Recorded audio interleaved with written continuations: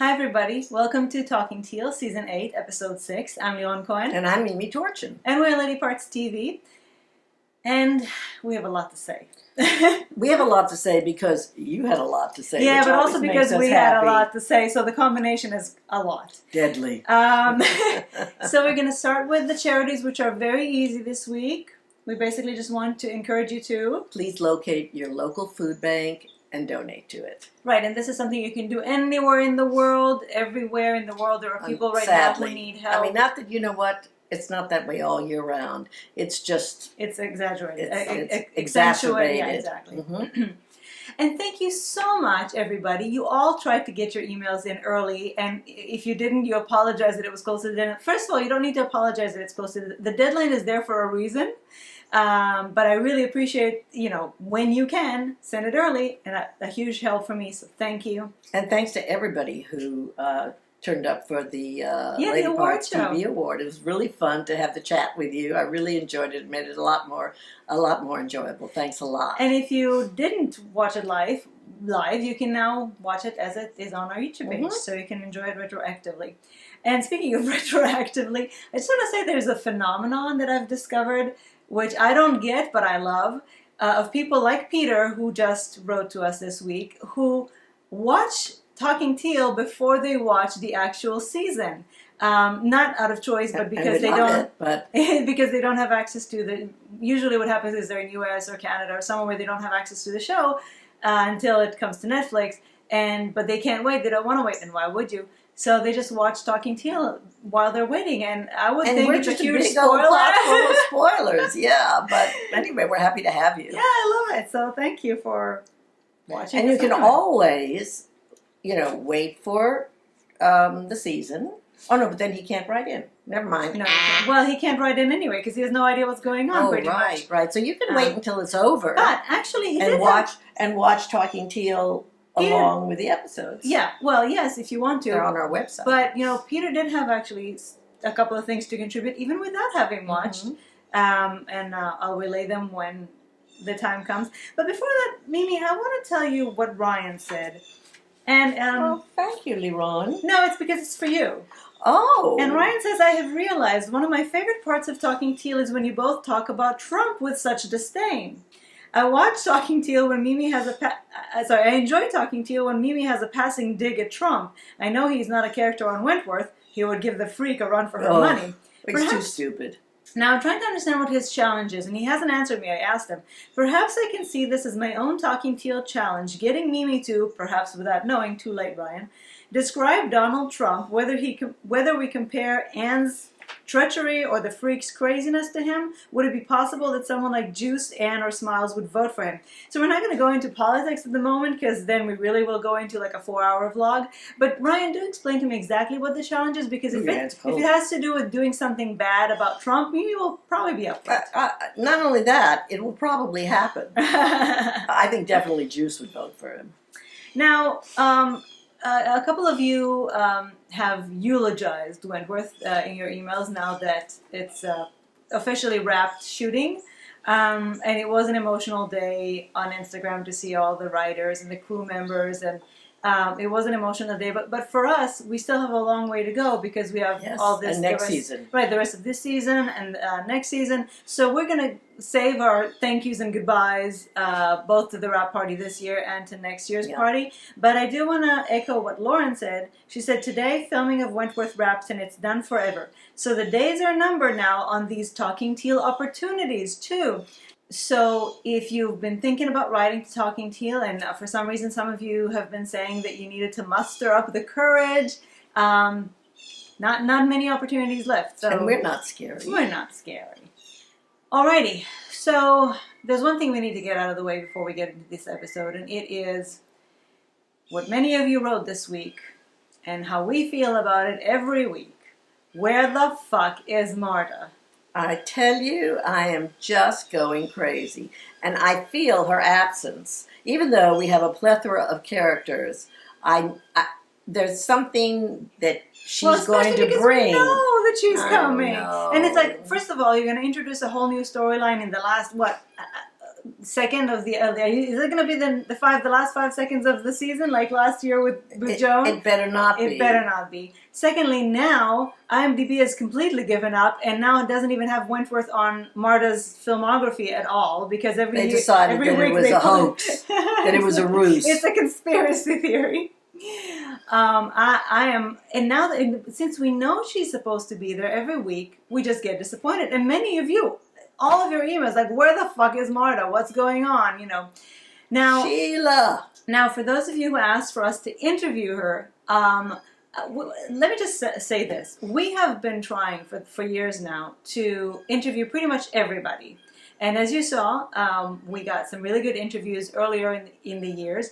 And the reason for that, and I'm just going to tell you it straight, is that Fremantle are extremely proprietary with their actors and will not let them talk to just anybody, or literally they have their certain things that they will do, and that is it. And then they tried to replace our interviews with their interrogation room. Yeah, I mean, I don't know if they tried to replace our interviews, but anyway, I think it's a shame because I think, if anything, our interviews you've all expressed that it's helped you. I mean, some of you attributed your ability to but move on from Bee's death to our interview with Kate Jenko.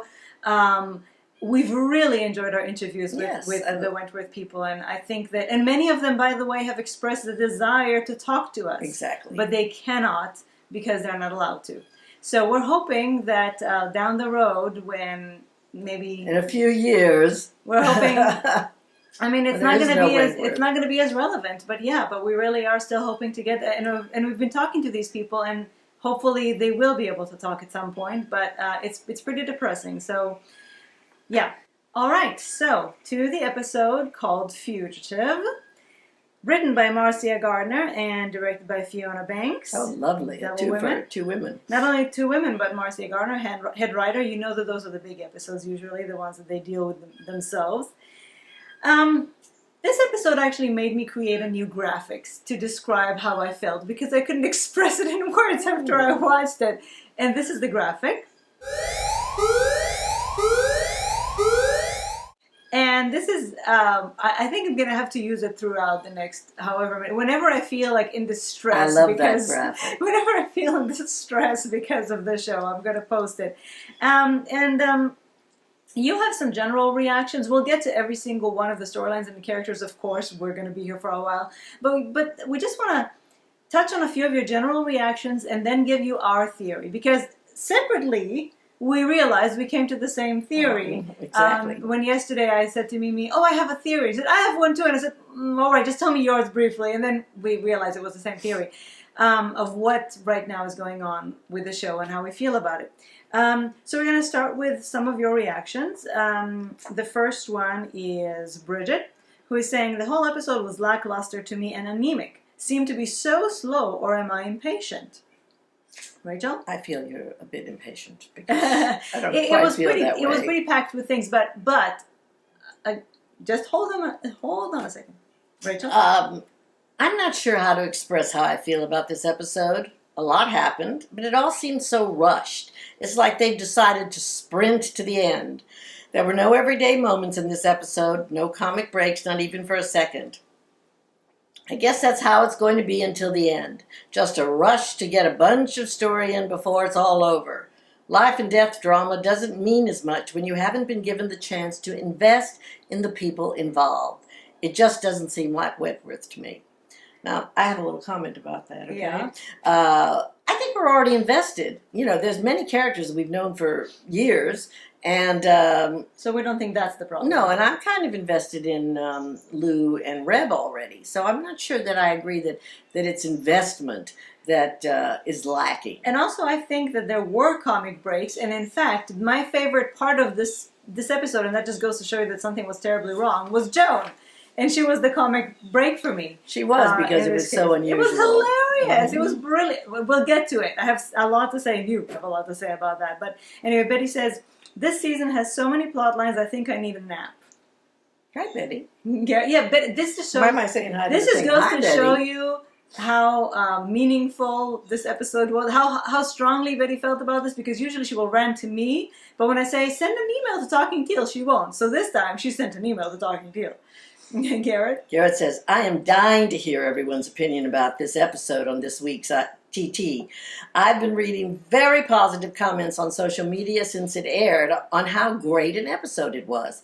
Personally, after watching it twice, I was feeling a little dazed, confused, and numb both times. Stop smoking weed. I just don't know what's happening to me this season. I'm not left gripped for some reason. It's not you, it's them, Garrett. But before we and we agree, but we have our. I agree with you. Yeah, and I just want to say before we go to our theory, Peter, who has not watched this season yet, and Peter is a man, as you may have figured out from the name Peter, which I love that is his comment. He said, I first got involved watching Wentworth because of Frankie and Bridget. They are what drew me in and will always be my number one. I also enjoyed Allie and Bea for the beauty of the tenderness in Allie's seduction and opening of Bea.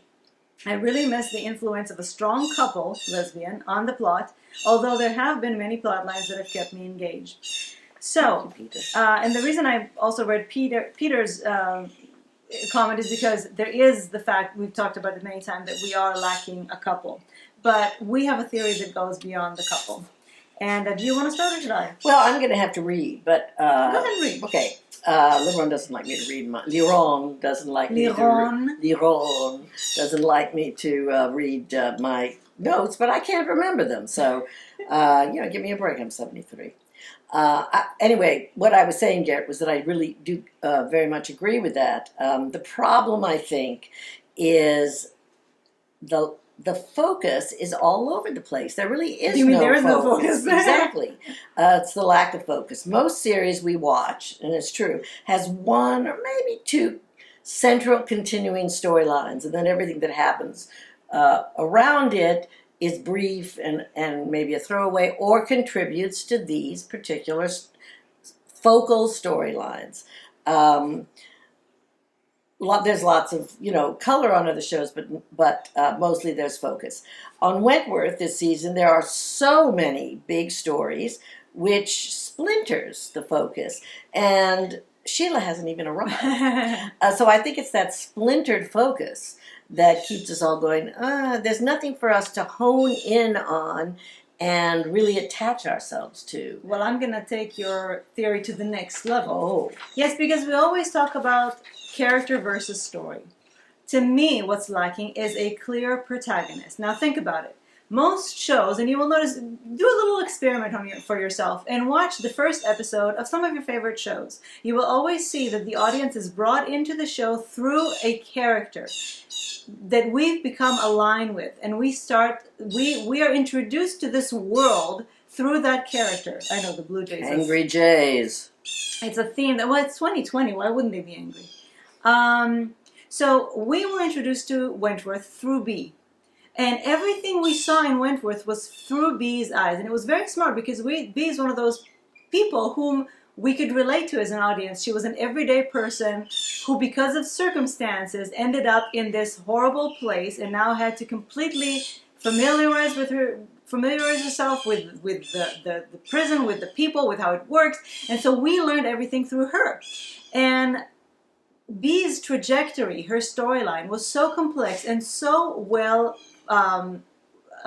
folded out that we could continue to relate to her on every single turn because everything was justified. You didn't just see her all of a sudden turn into a different person. You saw why. The steps, the feelings. Her character development was so good and thorough.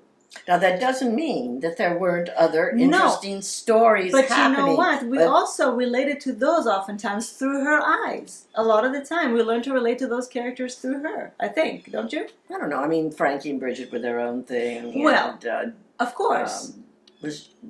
Joan was her own thing. Of course. Although she was very entwined with Bea. Of course, but I think our focal point was always Bea. And everything else was these little shoots that we had. Now, when Bea died, and this is probably why a lot of you had a problem with Bea dying, not just because she was your favorite character, but because the show started feeling... She was like our window. Our proxy, yeah. But at that point, we still had Frankie. And Frankie was also there from the beginning. She was also a character that was beloved. She had Bridget, which made her into this because they were a super couple. And so the mantle moved to Frankie pretty seamlessly, even though the show already started disintegrating. But Frankie was already also someone we loved. Exactly, and she was there again from the beginning. She was very much connected to B, especially in those last seasons where they even teamed up, and so our allegiance, very much was with her. So it wasn't that bad, even though the whole Joan thing was getting out of hand. But then when Frankie left, that mantle kind of moved on to Kaz. Now, Kaz was already somebody we could like, and we did know some more about her. She was a more complex character, but that already felt a little bit like it was untethered, and things were beginning to really disintegrate. And when Kaz died, which we were very angry about, then all of a sudden the mantle is supposed to go to Allie. But Allie spent 3 seasons being an empty vessel, and then she goes through this immense transformation which we don't off see. camera. So how are we supposed to believe it, let alone care?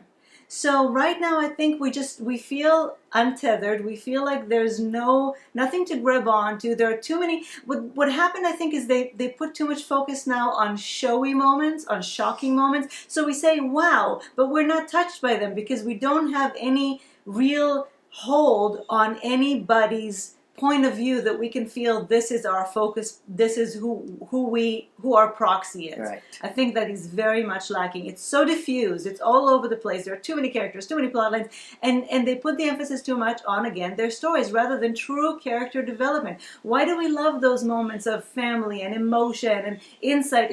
When B started cutting herself, again, all those insights into character, into their psychology, we don't get that. And this episode, they tried to give us more of that, especially with the mirror effect, which we'll talk about soon. And we did have some of this with Mari.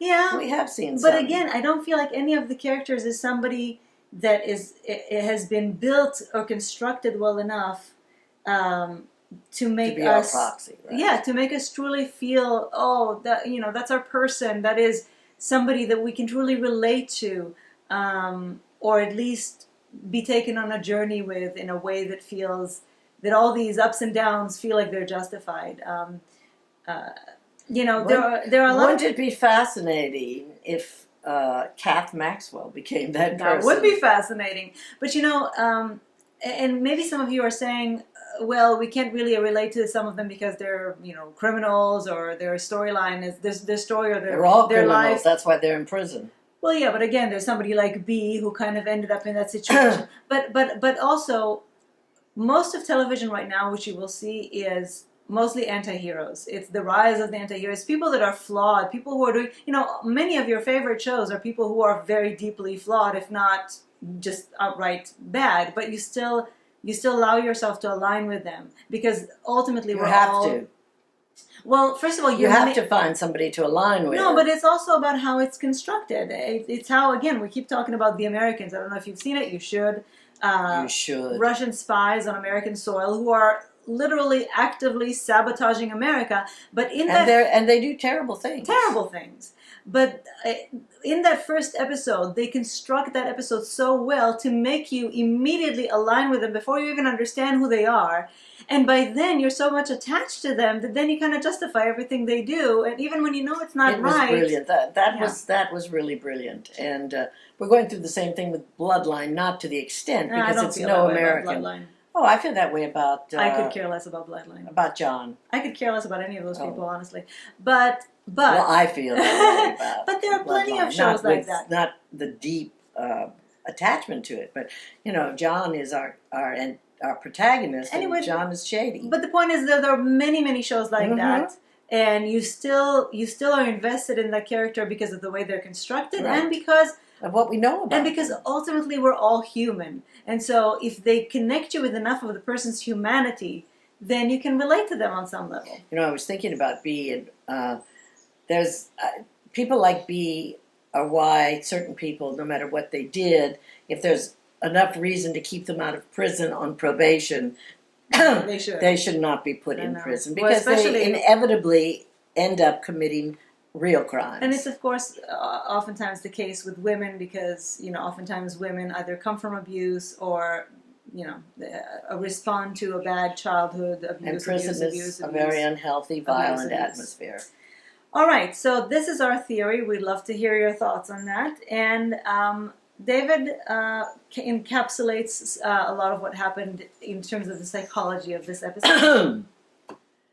It's harder to tell the good from the bad, the villains from the heroes these days, isn't it? We've had some monumental shifts in character this week.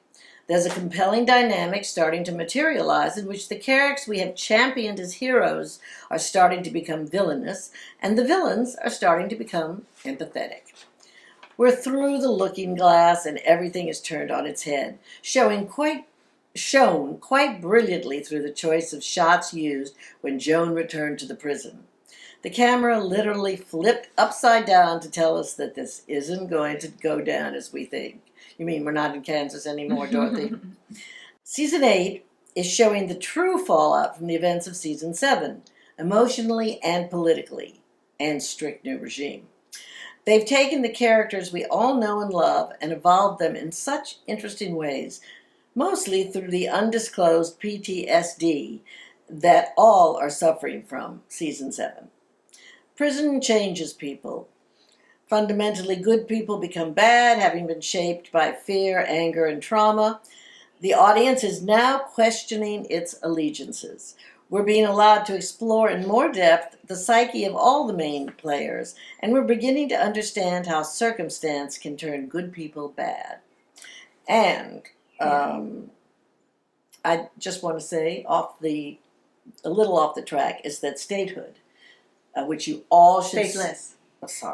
Stateless, which you all should definitely watch, gives you a really good example of how being a prison guard and how events in that prison can change somebody fundamentally. I mean, you can change yourself back if you give yourself the opportunity, but being a guard in prison is not an easy job.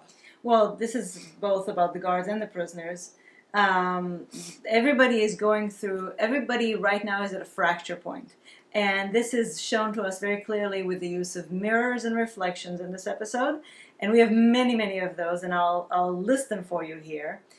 Reb gets the most amount of mirror time. We first see Reb as he's checking himself in front of the mirror. Then we see the reflection when he's being assaulted. Then when he comes back from telling Vera about the assault. Then when he and Mari embrace, we see the reflections in the mirror again. Then we see Rita's reflection in the puddle when she's outside the warehouse as she's about to go in. And in the end montage, of course, which was brilliantly put together to the song Creep, we see Rita in the truck's side mirror. We see Allie, of course, distorted image in the mirror after the torture. And we see the freak in the double-sided mirror. And I think this is... I have a list of questions here of what they're asking or what we're asking, which is, who are they? This is a turning point. They're not the person that others or we think they are, or they're not the person they thought they were, or they're not the person that they want other people think that they are. For example, Reb wants to be seen as a man. Mari wants to be seen as genuine. Rita, who's a cop, she's now a criminal on the run. That was a true fracture point. Ali is now looking in the mirror and pretty much seeing a monster. And Joan, could she be seeing herself for the first time not distorted? Because, Joan, we've pointed this out in previous seasons, and actually Ryan gives us a pretty nice rundown of some of her greatest hits with mirrors. But she's always been depicted in mirrors as distorted. Her image is always distorted in mirrors. And this was the first time we see Joan looking in the mirror, or is it Kath, and actually seeing herself clearly. So we'll talk more about Joan in a minute, but that was a very fascinating approach to this episode. I love the use of mirrors. It was very unifying as well. Right, it gave it a theme. And Diana says also, the mirrors and the distortion, that montage just encapsulates the way incarceration breaks people, which is also a good point. And one way you can really feel, I'm sorry, I didn't mean to cough. One Oh, way you you can can really feel that Reb really is a man is because he was looking hopefully for some facial hair. No woman would ever do that. I do want to point out the excellent use of music again this season. It's really, really outstanding, and I know that a lot of you loved Creep. Oh, I love it. It's one of my favorite songs, and it worked, I think, so brilliantly. It was brilliant, especially because the first time they say, "But I'm a creep," is on Joan. But I also loved, I don't know if many of you noticed it, I believe it's Joan's theme. It's definitely a theme we've heard before. When Jake speaks to her, and you hear in the background this, ta-na, ta-na-na-na, ta-na, ta-na-na-na. That is such, it was so subtle. And very evocative. Exactly, but it's meant to evoke, oh, well, wait, I've been here before. What's going on? So we'll see what's going on. But I think we have to start with the scene, and I'm going to insert my graphics here again. Because that scene, am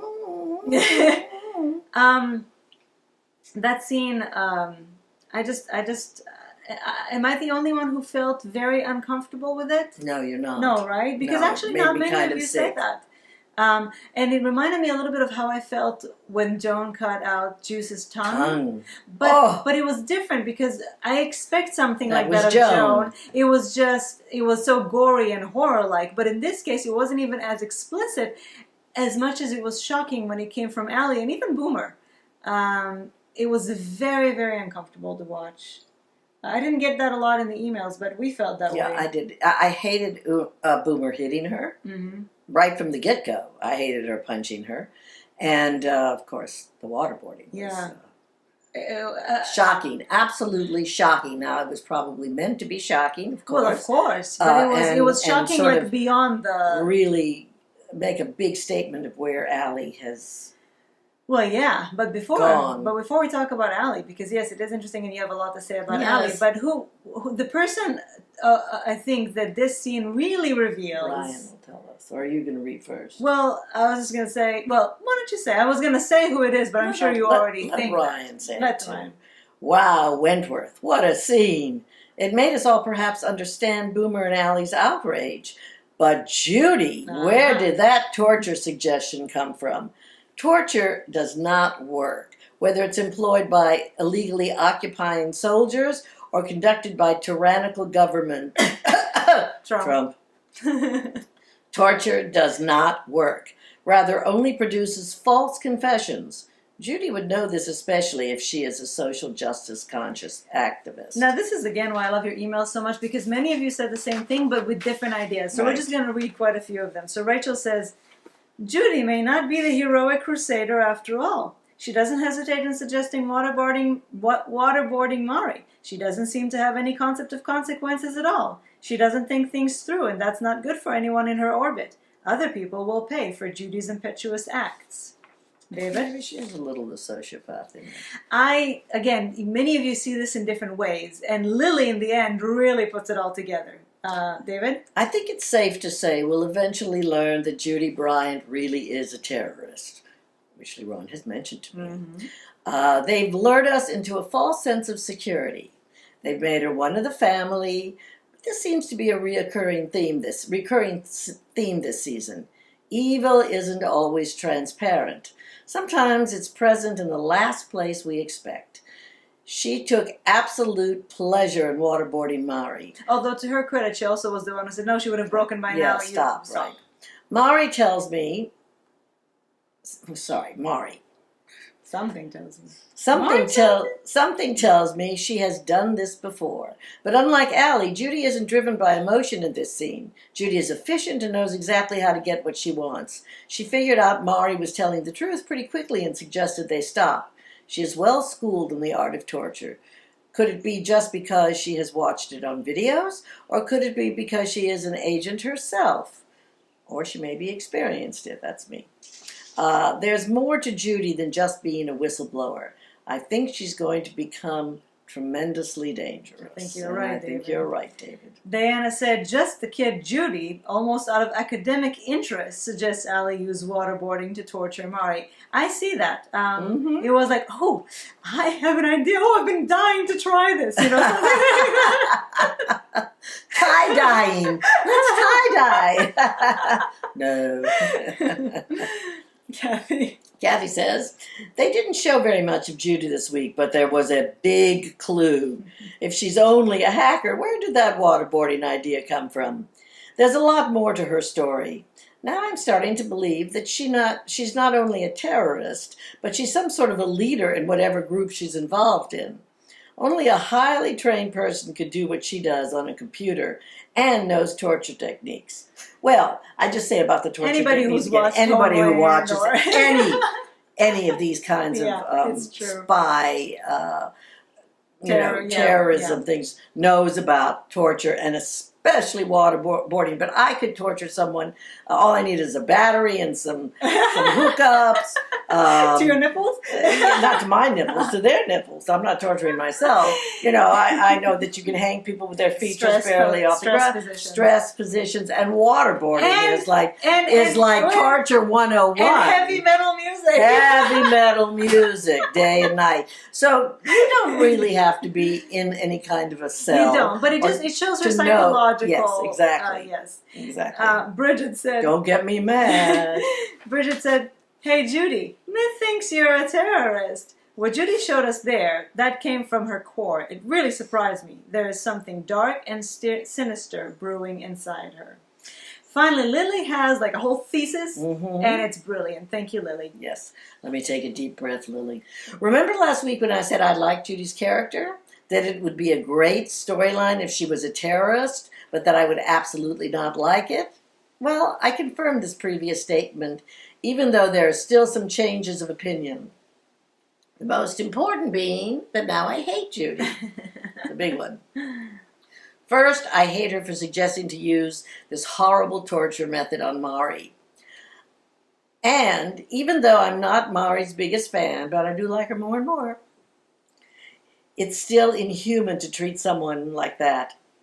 And it was so painful to watch. But more than suggestion of the torture method, it was her expression that made my blood run cold. Me too. When she said, "I know how to make her talk," she had a slight smile on her face, and you could see that she was excited about what was coming. And then she was encouraging Allie to continue, to do it again. It was obvious that she was enjoying what she was seeing, and that is what makes me hate her. Allie was caught in action, desperate to get answers. Not that excuses her actions. Boomer was definitely uncomfortable with what was happening and wanted to stop it, but Judy was there, relaxed and just enjoying the spectacle. She's definitely not just a kid. She's manipulative and dangerous. One of the unanswered questions for now is how the hell does she know this particular interrogation technique? We've just sort of answered that. Because it's obvious that she didn't suggest a specific technique at random. I want to just say, yes, it's obvious, but at the same time, from a story plot point of view, yes, you're exactly right. There has to be, it's meant to make us wonder. How does she know this? Oh, she just watched it on television. No, there has to be more than that. Nobody is thinking that as far as that's concerned. Yes. I'm sorry. That's okay. Because it's obvious that she didn't suggest that specific technique at random. It's used to enlighten us on her character. Absolutely. Everybody knows that this method was used by secret services, CIA, NSA, and whatever other government agencies on prisoners from the Middle East, among others, that it definitely is linked to terrorism. So how the hell did she know this technique? Here are my guesses.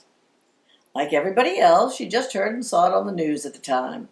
She remembered it now, and that's why she suggested it. It would be very convenient, but of no interest to the storyline, so I doubt it.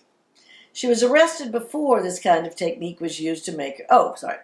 She was arrested before, and this kind of technique was used to make her talk. Even if she's cold and manipulative, I don't think she would use that on somebody if she actually experienced it as a victim. Very good. I think so too. She was trained to resist this type of torture, which means she has links with some terrible organization. Interesting thought that didn't even cross my mind. Me neither. She actually used this technique before to make someone talk, which would be terrifying, but interesting. Well, you're adding that. I'm saying, but interesting. Yeah. Yes. And then Lily finishes off just very by good, saying Lily. what she thinks. I lean toward one of the last two possibilities. But no matter which one it is, I guess it's definitely linked to terrorism, and it announces nothing good at all. I think Very we're good analysis, supposed to Lily. make that connection, that it's definitely, there's more to her than we Oh thought. yes, they did. You know what, they did that with a smile. Oh yeah, They half did that that smirk. with that half smirk. I know what will get her talk. What will make her talk? It was she was so excited at the idea that she can do that. And if you notice, she likes to get other people to do that. Yes. She just stands there and yay! Oh, it's very pervy even in a way.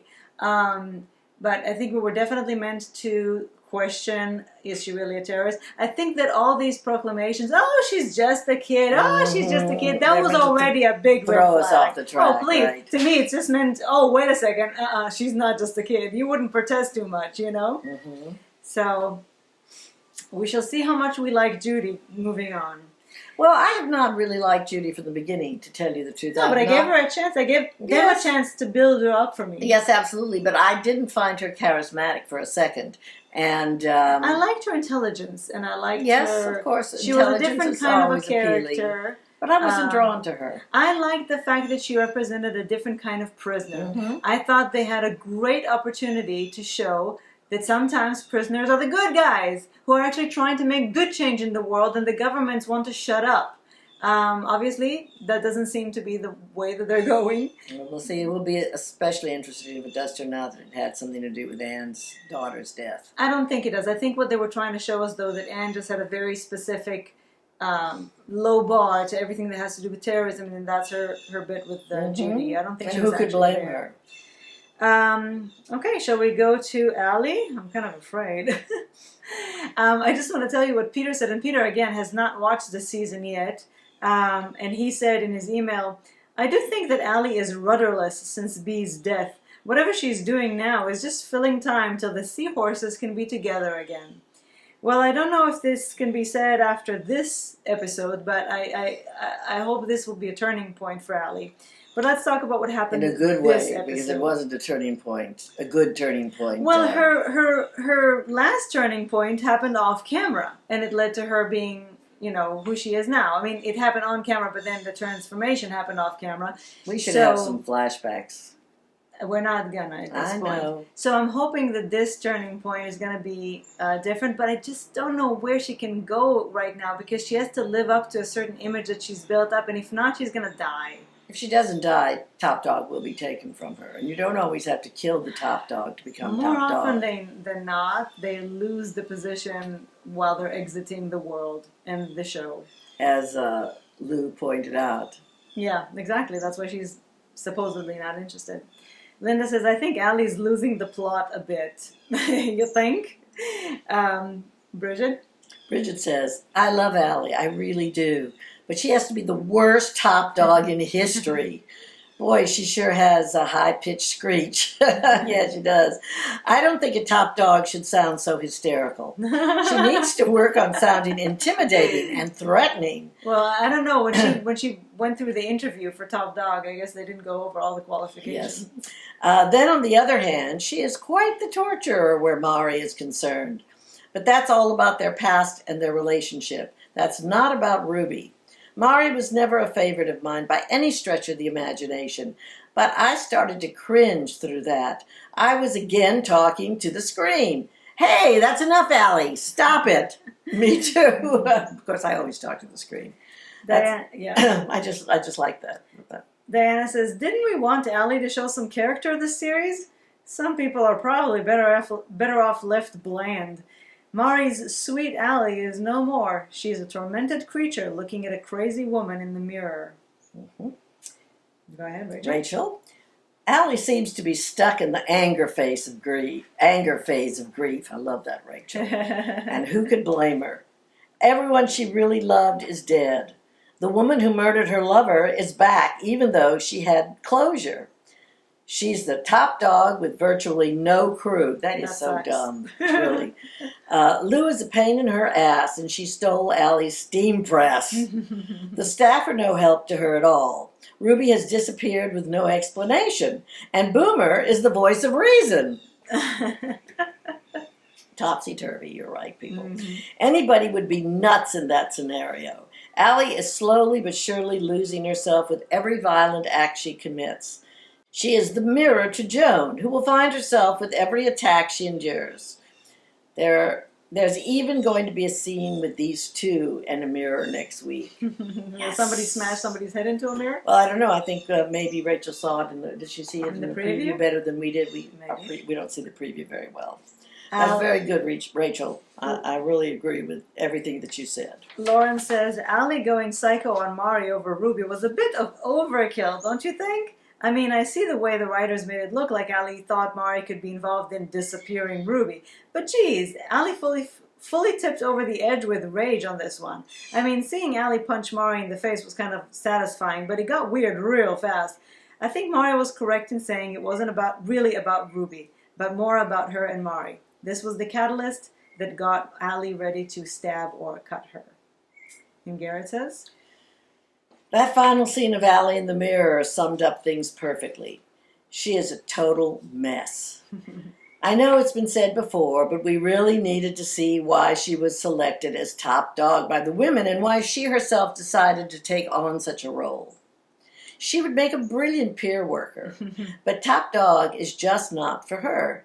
It feels like she was given 3 cheers in the canteen by the women during the initial aftermath of the siege. She experienced a moment of heroism by the women for killing Sean Brody and then automatically became top dog. Yeah. Those first few months after, it's like she was enjoying her spell as the popular girl in high school, ruling the roost, until Lou showed up, and now shit has really hit the fan. She is definitely feeling intimidated and threatened by Lou. As a result, I think she's heading down a path of destruction, and she will feel her only way to assert her power and show she's on top is by being brutal with violent assaults on anyone who goes against her. So much for the red right-hand philosophy of no violence against women. This will not go down well with Boomer. Allie may lose her support. I think it's a very, very good analysis, and I had forgotten about that Allie was in the red right hand, and that was what their, no violence. No violence Their against platform. women. Yes, exactly. This is why I love to include, and in this case, Allie had, many of you said many different things, why I like to include all the things, because again, you all introduce a new piece of the puzzle that makes it all, so much clearer and adds more dimensions. Denise, for example, says, what the fuck is going on with Allie? What a different girl than the one that fell in love with B. Smith all those seasons ago. I am sure the siege was traumatic for every single person involved, but for Allie, I think it's more than just that one event last season. Allie has lost 2 people that she loved more than anyone ever in her life, B and Kaz. Both of those women were so important to her that I think she feels like there is nothing left, so she might as well go all out as top dog. Like I said early on, I personally don't think Allie is going to make it out of season 9 alive. I really think this series will end with Allie dying, but her journey has been heartbreaking, at least for myself.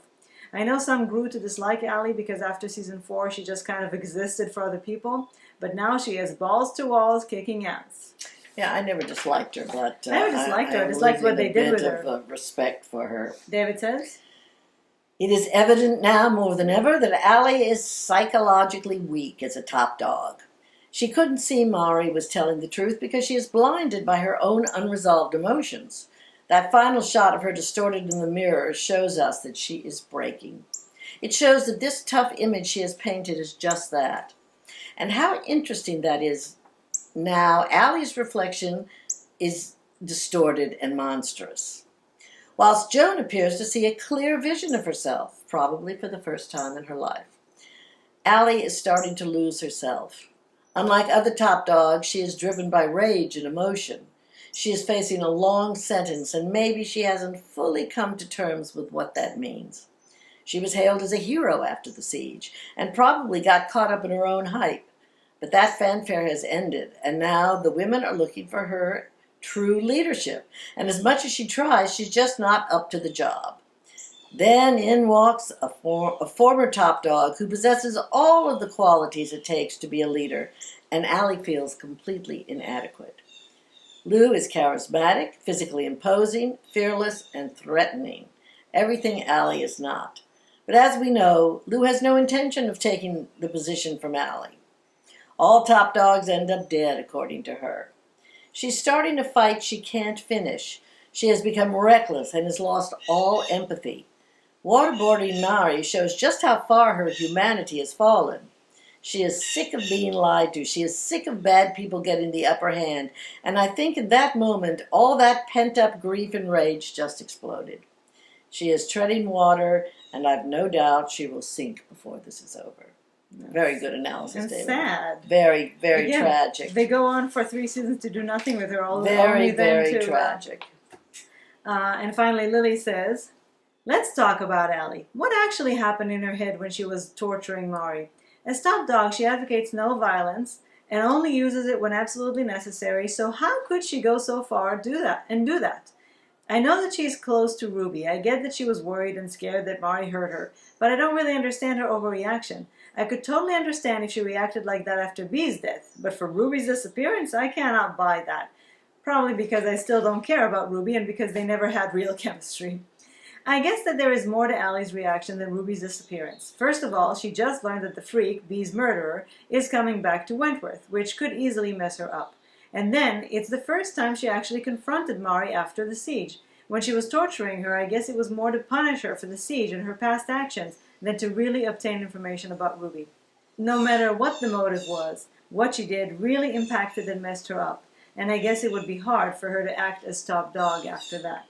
It will be interesting to see where she goes from here." Yes, and I'm wondering how Boomer's going to feel about her. Now, speaking of Boomer, not much to say about her this episode because there wasn't really much to do with her, but what are they doing with her? We have 2 different points of view here. One is David's. Mm-hmm. David says, there is still something missing with Boomer this season. She doesn't feel like herself. I think it's a product of the character she's bounced off no longer being around. She has a few special moments, but her character now feels so sad. She's still not afraid to act as the muscle when her friends are in danger, but waterboarding Mari was a step too far. I don't think she even wanted to do it and was the first to plead with Allie to stop. It shows progression and growth as the old Boomer had no qualms about hurting other people. Her empathy for other people is now fully present, so seeing Mari struggling was difficult for her. We need Boomer to have a storyline of her own going into 9, and I feel she's just there to serve Allie and Ruby's storyline at the moment. It feels like a huge step backwards for the character and for Katrina. And I agree. I think her story might have something to do with Judy, or maybe even Sheila. Well, on the other hand, Garrett says, Boomer really started to feel uncomfortable with the interrogation methods being used on Mari, which at first appeared odd, as it was only a few weeks ago Boomer was thinking of finishing Mari off, holding her responsible for her mother's death in the siege. However, it just goes to show how grown up Boomer has become, and is not the season 2 Boomer anymore that would happily go bunta on someone's ass without much provocation. So both of them point out to the fact that she's no longer just the muscle. She no longer is happy to just, beat people up. But at the same time, I feel that the show, yes, I understand that what happened with Liz is something that deeply affects her. But I feel that the show And how couldn't it? Of course. But we're not seeing, I just feel like this season. So if we go back to say, what we're saying about a focal character and B, the reason that we're all so care so deeply about Vera and Boomer are because they are the people who have been there from the beginning. They are people that we did have a strong connection to from the start. Vera actually had a lot going on in some early seasons. Boomer was always she did graduate to being main cast. Yes, she did. But she was never, a central character. But these two are 2 people that we have seen enough of and have been through enough with that they have our deep, deep sympathies. So I think that what they're doing with Boomer, which is kind of all over the place, but not enough of anything, And Vera too. Vera doesn't get a lot of screen time these days either, or a real storyline past that episode that was pretty much devoted to her. But her transformation is quite evident. Yes, I just think that our two most favorite characters right now, our two favorites that are the pillars on which the show stands on right now. Vera is my favorite character. I know. I think most people will agree, and especially because at this point there aren't too many other people that we can really truly say, oh, that's our favorite. We either don't know them too well, or they're not, people we can relate to that much, or they haven't. So I think they're, again, Boomer and Vera, but since we're talking about Boomer especially, because Vera is getting more. Boomer really is getting scrapped this season. Scraps, I mean. She's not getting much scrapped, to do. But she is she's getting scraps. She's not getting much to do. I think she's going to have more to do coming up. I really hope so, because it would be a waste. Katrina is a huge treasure that this show has. She is one of the greatest. I think even Marta said that. That was one of the things she was so looking forward to, was working with Katrina. And having said that, where is Marta? Again, though, I'm saying that maybe her storyline will have something to do with Sheila. Sheila may become Liz to her, even though Sheila is not Liz. Or Sonia. She might be the older woman that takes the place of her mother. Well, I feel Sheila also has this kind of an air about her that does make people feel. She's. I think we know she's a cult leader, right? There's a reason people manage to get to that status. Probably sociopath. Yeah. With a feeling of empathy. Right, with a maternal side. Something that she uses and that most of those cult leaders do. And that's the way she talks. Murder. It puts us like a hypnotic. It works very well too, because Marta is so refined. Yeah. And no matter what she seems to do, she's always a lady. I was just thinking again about Stateless, and there is a cult involved in Stateless, and Kate Blanchett was no lady. She was no lie. she did have charisma, and she did try to bring people in, but she was just grotesque to me. I didn't like her at all. She was almost Phyllis Schlafly. I just don't like. Who was also the leader of a cult. Just don't like my Kate playing those grotesque, awful women. Okay, well, we'll let her know. All right, let's talk about Mari. And we have to bow to Susie Porter this year, especially this episode. She's just doing amazing work, really amazing work.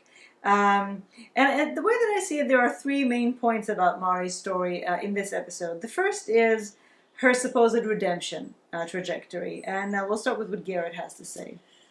Garrett says, Mari seems to have definitely turned over a new leaf. I never thought I'd be saying this, but she is fast becoming one of my favorite characters.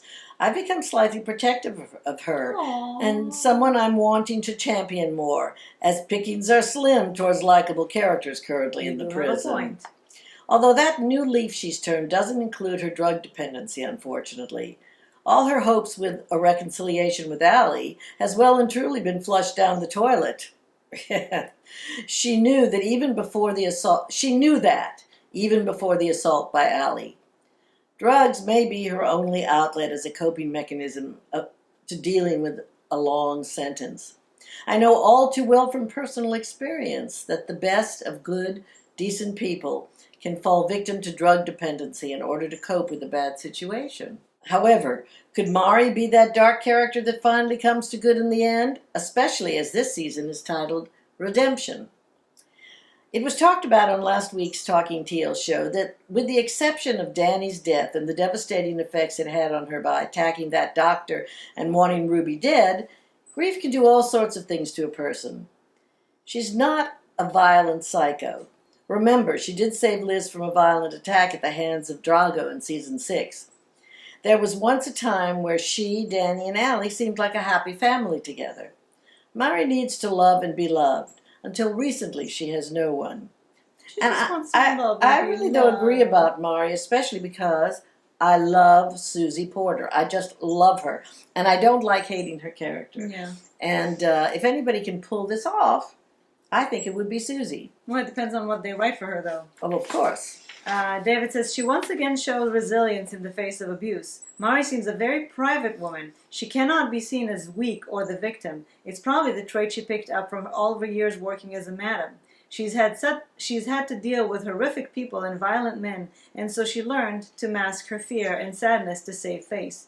It's only ever in her private moments she breaks down. And when she breaks down, it's a thing of beauty, I have to say. Mm-hmm. Who said that? David. David, you've got your finger on her pulse, as it were. Before you go to Lily, I'll just read Rachel. It's all karma biting Mari in the bum, if you ask me. Mari has ruined countless lives through her trafficking of sex and drugs. This is exactly why Kaz hated her so much. Now she wants redemption, and she's getting tortured instead. Very ironic. And now Lily? When Mari tried to kill herself, I was the first one to riot, to not understand why she wasn't dead, and to imagine what it would be like if she actually died. I just reread what I wrote for episode 2, and I really couldn't stand her anymore at that time. What a total change of heart there. Since her failed suicide attempt, she totally changed, and this evolution gives a completely new dynamic to her character and makes her way more interesting. And I like her again. In 4 episodes, when you go from "I want her dead" to "please stop torturing her," I guess you have the writers of Wentworth to thank, and also Susie Porter's talent, I might add. Yes.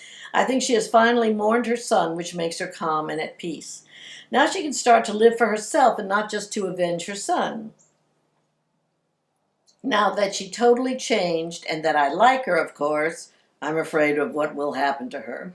Unfortunately, I presume nothing good. Mm-hmm. She wanted to help Reb.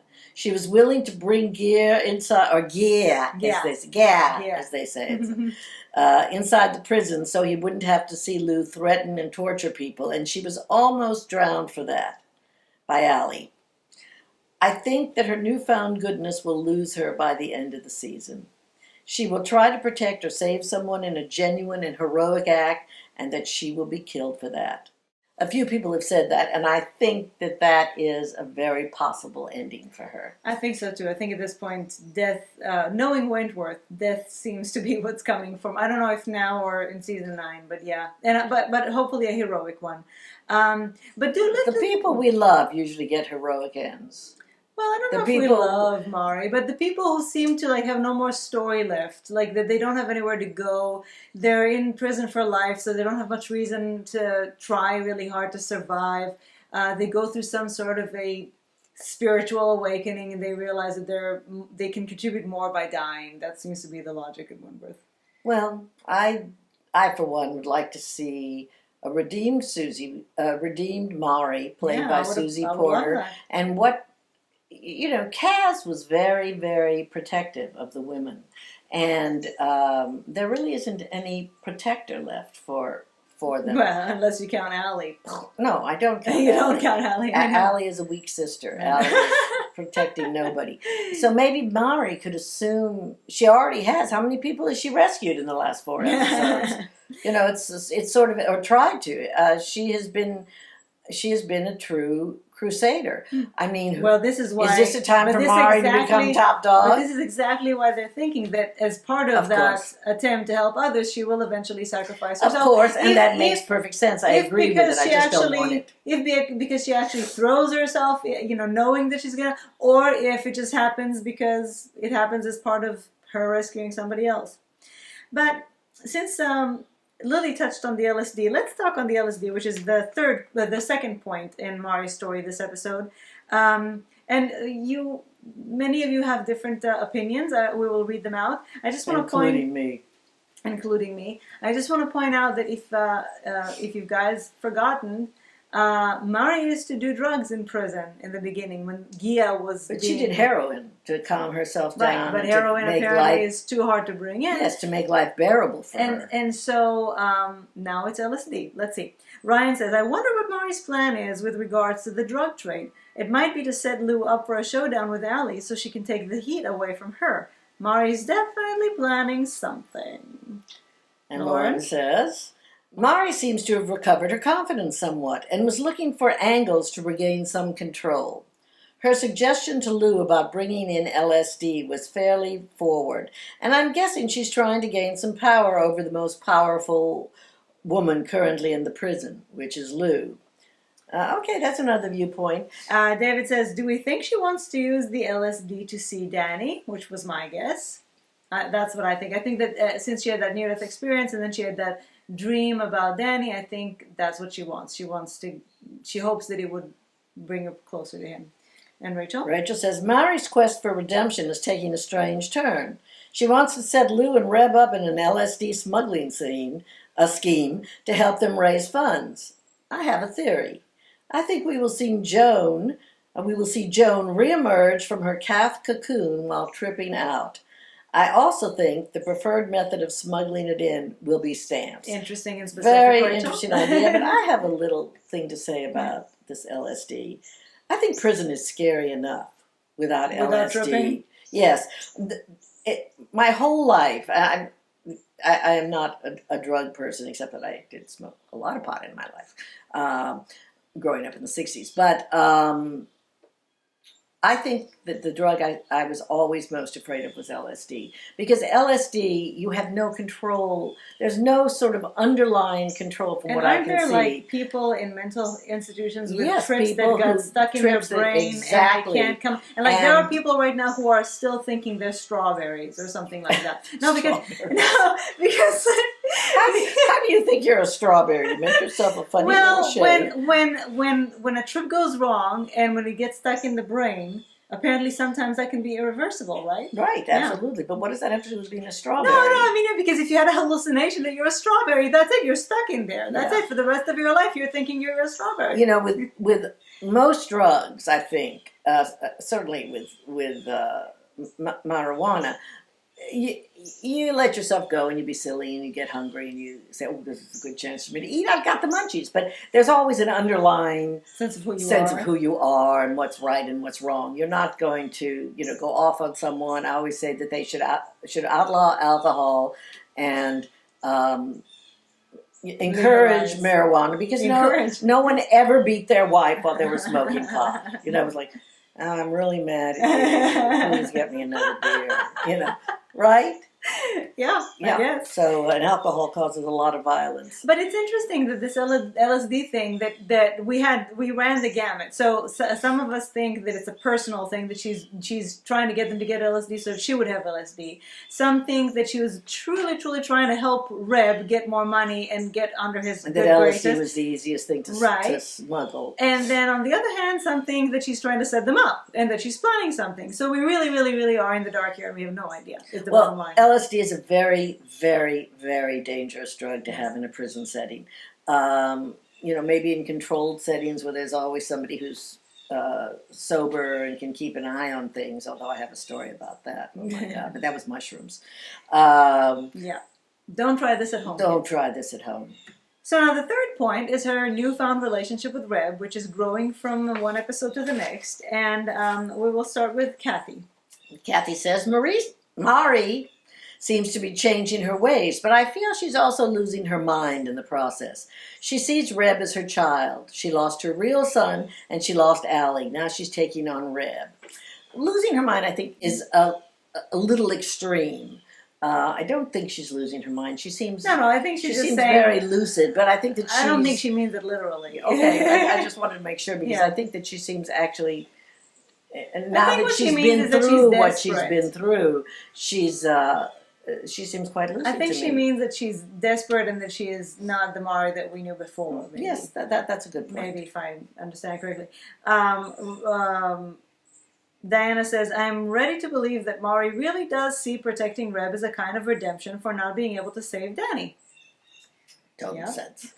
Garrett? I am really enjoying Mari's caring side she is showing towards Reb. I believe it's genuine and she finally won Reb's trust. When she told him he reminded her of her son. It was a nice moment. We see Reb mellow. It was the first time he got a real sense of acceptance and recognition as a man by someone other than Lou. Although I don't think Reb would feel as flattered if he knew Mari's beloved son was a rapist. Yeah, I was thinking that too. Mari, clearly horrified, was so angry at that Cynthia critter sexually assaulting Reb, calling her sick, Will it ever cross her mind that that is exactly what her precious Danny was? A sick rapist which ultimately led to his death. Reb, from the sounds of things, didn't seem to have a good relationship with his mother after revealing to Mari that she didn't believe him when he was sexually assaulted in the past. Perhaps Mari will provide Reb with that maternal figure he so desperately lacks, and this could be Mari's opportunity to nurture Reb with those maternal feelings she hasn't lost, and we'll see Reb as a kind of substitute for Danny. She may even start calling him Danny. I think that's a step too far. Well, that goes into what Kathy's saying, losing her mind. Yeah. One thing is for sure, Lou is not going to be happy. Not happy at all. This is also very good, it's sort of going with what people are assuming. Well, again, some people, I think she's starting to convince people that she's genuine. Which is always a bad sign. To me, the good sign was that when she comes in to help Reb when he's being assaulted, she says, "Get off him." And in the heat of a moment like that, when you're fighting somebody off somebody else, the fact that she referred to him as him, this is nobody, we don't really hear that often. People refer to Reb with the right pronoun. And so she either really does think of him as her son or as a son, kind of a son substitute, or she really sees him as the man that he wants to be. Because if she really wasn't genuine about that, then that would have come out in that moment. That's a very, very interesting point, Leonard. Well, thank you. Yes. All right. Some concluding thoughts about Mari. Ryan says, "Am I perhaps the only one who feels sorry for her? Not only are we feeling sorry for her, we do like that she attacked Rat Ray and stopped her from trying to rape Lou. Mari also is the second person to use Reb's proper pronouns of he and him. Mari was definitely the tortured hero this episode. But are we starting to like..." Literally. Yeah, exactly. But are we starting to like another villain? A massive 2 thumbs up to the writers for the storyline. We have been through this before. We disliked Season 4 Kaz, doubted her top dogship in Season 5, but the moment we loved her in Season 6 and 7, she died. Literally. We hated Vera of Season 2, who was the freak's mini-me, but now we adore her. With Mari, perhaps this is her redemption, as the season's theme suggests. She has been beaten, humiliated, bribed, tortured. Perhaps the madam will rise with more sympathy from fans? Sure seems like it. It only remains to be seen where this goes. Because right now... I hope not. No, but at least in terms of the authenticity of her, what she tries to... No, I'm totally on board. And to me... I feel that she's totally, genuinely... And her breaking at the end, crying, that to me was... Because that was a private moment, and she really cried. To me, it was like, I'm trying to, be this person. I'm trying to be better. I'm trying to show you that I'm really, really, truly trying to get better. And now you don't believe me more than any. Now even Allie doesn't believe me. Nobody believes me. What's the point? It's the private moments that'll always lead you in the direction that you need to be led. If the show is the truth. Yes. Oh, there's nothing that makes me more angry than showing a character in their private moment behaving in a way that unless you're like the freak you. And you don't break characters, even if you're in private moments. But hold on, Lauren. It's almost like there's some kind of war raging inside of Mari, being a decent human being and also using those situations where she saved Red to manipulate the emotions of those around her to gain control. Now she's assuming that she's using it to manipulate to get control. Mari obviously wants to form a sort of mothering relationship with Reb, but also seems to want to have more power, especially over Lou. Also, I'm sorry, but I really did not feel sorry for Mari, even though she was tortured and threatened to the point of almost losing her life. I was angry when she just said Allie attacked her and didn't give any kind of context to Reb about why Allie did it. Once again, Mari using a situation to suit her own purposes. I think Lauren is being a little hard on Mari. I don't blame her. For me, I don't see this as a power grab. She saved Reb because she was genuinely horrified. She walked in, she saw this thing happening. And who wouldn't be? And who wouldn't be? She would have to be a truly cold-hearted person. At the least, she would have screamed, for help. But or press the panic button. Well, she wasn't anywhere near the panic button. But I'm just using this opportunity to show my graphic again. Did you show your graphic again? Okay. Anyway, I think that was a genuinely it was a reflex. Yeah, almost. of course. She saw this happening. She couldn't stand it, and she stopped it. And especially because she cares about Reb. And she seems to be on this new attempt to really be a good person. Yes. She tried to rescue Ruby. She is, I think, truly trying. Yes, I think so too. And she is taking her licks for it. And, and we'll talk about Lou and Reb in a second, but Reb proved to be extremely vulnerable without Lou around. And without Lou around, for Mari, even if she was, scheming something or whatever, but Lou wasn't around. For Mari not to step in on that moment would have been so stupid of her, because even if she's just trying, if she's smart, not because she's scheming something because she's mean, but because she knows Lou is a very dangerous person, and the only way that she can get anywhere is to endear herself to Reb, because she's not going to get anywhere with Lou. So that would have been, she wanted to help Reb in that moment when he had nobody. And I do think that she is transferring her feelings she's projecting for Danny definitely. on Reb. So I think that it was totally genuine. And what I'm finding fascinating about her, even though, or perhaps especially because of the breakdown at the end, is that she seems extremely resilient. Maybe she doesn't care if she dies, because she'll be reunited with Danny again. So maybe that gives her the opportunity not to fear death. So why do you think that? Because of the crying in the end?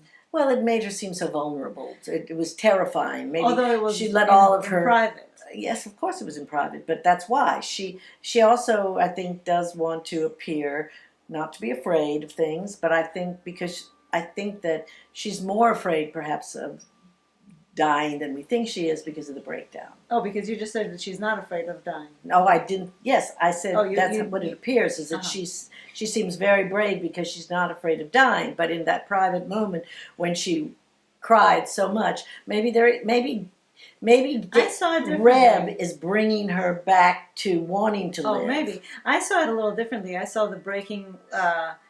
Again, well, two things. First of all, the huge disappointment that Allie, the girl that she used to love, and the woman who saw her as somebody good. Allie was the only person around who actually saw her as a good person. And now that she's trying to be a good person, nobody believes her. Yeah. So I saw that as kind of too, yes. Garrett says, Mari may keep quiet for now about Reb's assault. However, she is slowly but surely building up information to use later on. Having dirt and bribing people is Mari's specialty. So again, some of you are pretty cynical about it, and you have every right to be. Yes. Now, no matter what, we'll see in the future what her intentions for Rev are, but they, for now at least, have two secrets together that they're keeping from Lou. One is about Rev's assault, and one is about what Allie did to Mari. So they are definitely forming a relationship that is taking away from Reb and Lou's relationship. That is literally has something. They literally have something together that Lou cannot know about. Does Reb know that she was waterboarded? Well, Reb goes in and asks what happened, and Mari says, Allie did this to me, so I have to go tell Lou. And she says, no, they will just start a fight. Don't. Right. So, now Reb and Lou have $23,000 in the bank. I don't know where they got all that money, since Yusuf only transferred $5,000. That means that they had to, maybe they robbed. Well, I think they did some more robberies before the so. fact. That was not their first rodeo. I guess so. It was sweet to see them sitting and reading together. They do such sweet couple things together. But there's definitely the beginning of a break. I'm surprised we didn't see them together in a mirror, because there's definitely a fracture there. So as I said, Reb is definitely very vulnerable when Lou's not around, which gives Mari the perfect opportunity to provide a substitution, yes. And Rachel says? We learn Reb has endured this type of attack before. I'm pretty sure this is where Sheila Bausch is going to come in. My bet is the cult Sheila was involved in ran the center where Reb and Lou met. I think Lou blew the place up when she found out Reb had been sexually assaulted by the cult leader. Oh. Well, remember that we've seen, when Reb came into the prison, we've seen flashbacks. It was a man, actually, who made him undress and things, so... Yeah. So, wasn't Sheila the cult leader? Well, this is just Rachel's theory. Oh, sorry, Rachel. You see, you got us talking already. Sheila will be charged with the deaths of the people who were in the center. There's a lot of drama to be had here. I agree, and I only have to say, hurry, Sheila! There's a lot of drama to be had here, but we only have 4 episodes left, so I don't know what they're waiting for. Well, we have 4 episodes left and season 9. But still, even if they thought of them as a unit, you still have to end season 8 in a place where, it makes sense. You can't just say, oh, well, you know what, we ran out of time, see you next year. You can't do that. I think it's such a waste that they waited this long. I just can't believe it. Anyway, it's a very sad scene when Reb cries and tells Mari that his mom didn't believe him the first time, and it was very sad. I think Zoe is wonderful. She is so... They. Wonderful. And Rachel also says, Reb does the right thing by not telling Lou. He knows Lou will kill Rat Ray. That realization is weighing heavy on Reb. I think that we are seeing Reb more and more just trying to prevent Lou from killing people, or trying to not allow Lou to know things that might get her angry, because he now understands more and more that she can be dangerous, and at least ruin her own life too by giving herself a bigger sentence. So even just that Lou now is keeping that Reb now is keeping secrets from Lou, that also is more and more of a departure from the kind of couple that they used to be. I did like that he did the right thing, and he did go to Vera. And tell the truth. Now, he's a good guy. He is.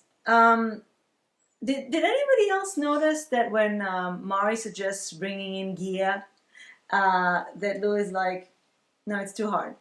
Her face in that moment, I don't know, disclosed to me as if there's something more to it. Did she have another experience with drugs? Is something going on there? I don't think that it's just too hard, because something about her expression, I don't know. I feel that there was more to it. She didn't fight against it too long, so maybe that was just a little... She didn't do anything about it. She didn't tell Mari, go and look for a connection. No, Mari decided on her own to go to it. No, she said, leave it to me, and she left it to her. She dropped, exactly, that's when the discussion was done. So, but I felt that there was, there's something about there that's a little more than that, just that. Finally, Ryan says, prediction, and we'll have a lot more predictions and theories in the end, but just for this, Lou will find out and beat the crap out of Rat Ray. Honestly, I don't care. I have no emotions about Rat Ray. But I was surprised that she lagged so easily about what was going on, Rat Ray. I don't know if there's a different code of behavior in protective custody. In Critterland? In pedophile land. But they're not all pedophiles. No, I know, but they all or pedophiles, if you're an American. Baby killers and stuff. All right. Miles, Will, Anne, and Vera all are scattering, scrambling. Who the hell is running this joint? I don't know what's going on. Who's saying this? Me. Oh. I mean, there is no command, except it does all seem to stop at Anne. Anne does seem to have the final word. Well, first of all... Unless you want to sneak behind her back like Vera is perfectly happy to do. Well, first, by the way, if you hear noises, our house is daily assaulted by acorns. Acorns! It's the... Oh my God, it's like a blitz. My apologies to anybody who may have gone through the blitz, but it's an acorn blitz for sure. So Kathy's asking, and I second that, what exactly is Vera's job? She's giving orders to the deputy governor and seems to have the same authority as the governor. When she said paper covers rock, I turned to Mimi and I said, wait a second, what is her position? That she is higher than the deputy governor? Right, she's supposed to just be running the call center. So, but I think that Anne, who needed her desperately, gave her, maybe she has an added title as well. I don't know. It seemed odd. But I think Anne bows to her greater knowledge of the prison. Well, definitely. But when it was a conversation between her and Miles like, well, I'm the deputy governor, and you're, I don't know what, but okay, I guess you trump me. I don't know. Yes. It was odd. I'm the general manager's friend. I'm in charge of the call center. David? David says, Vera is the strongest and most grounded character left in the game.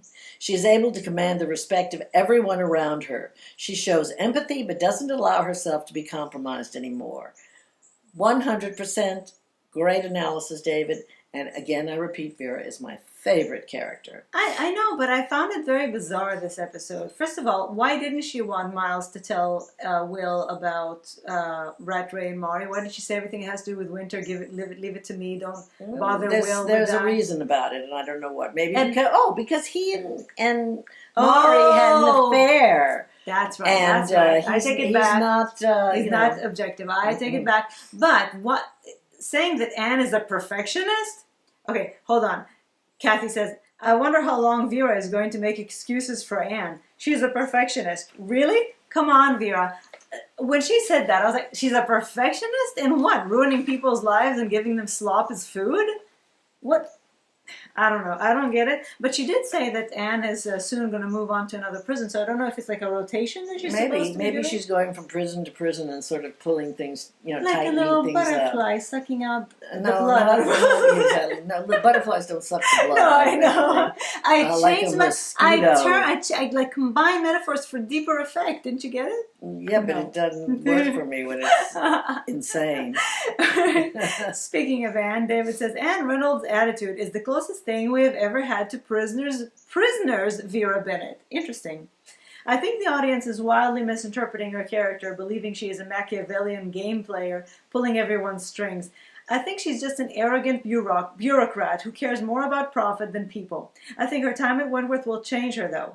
We're being led to believe that Anne is the villain, but I believe she will come good in the end, and the big twist of the season will be that it is Judy who is the big bad.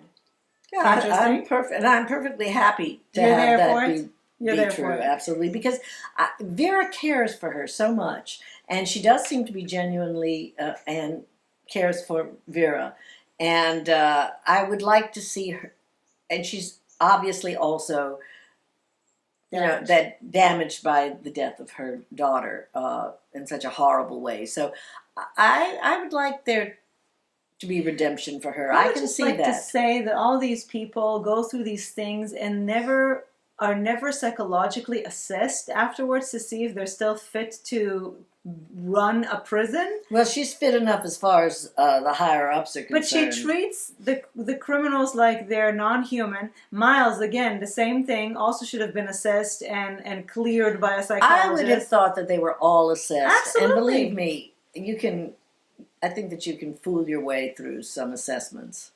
Well, Garrett says, as for the Dragon Lady Anne Reynolds, we just saw her briefly in this week's episode, but my God, didn't she manage to spit out enough flame of fire to leave Will dumbfounded once again, and also ballless.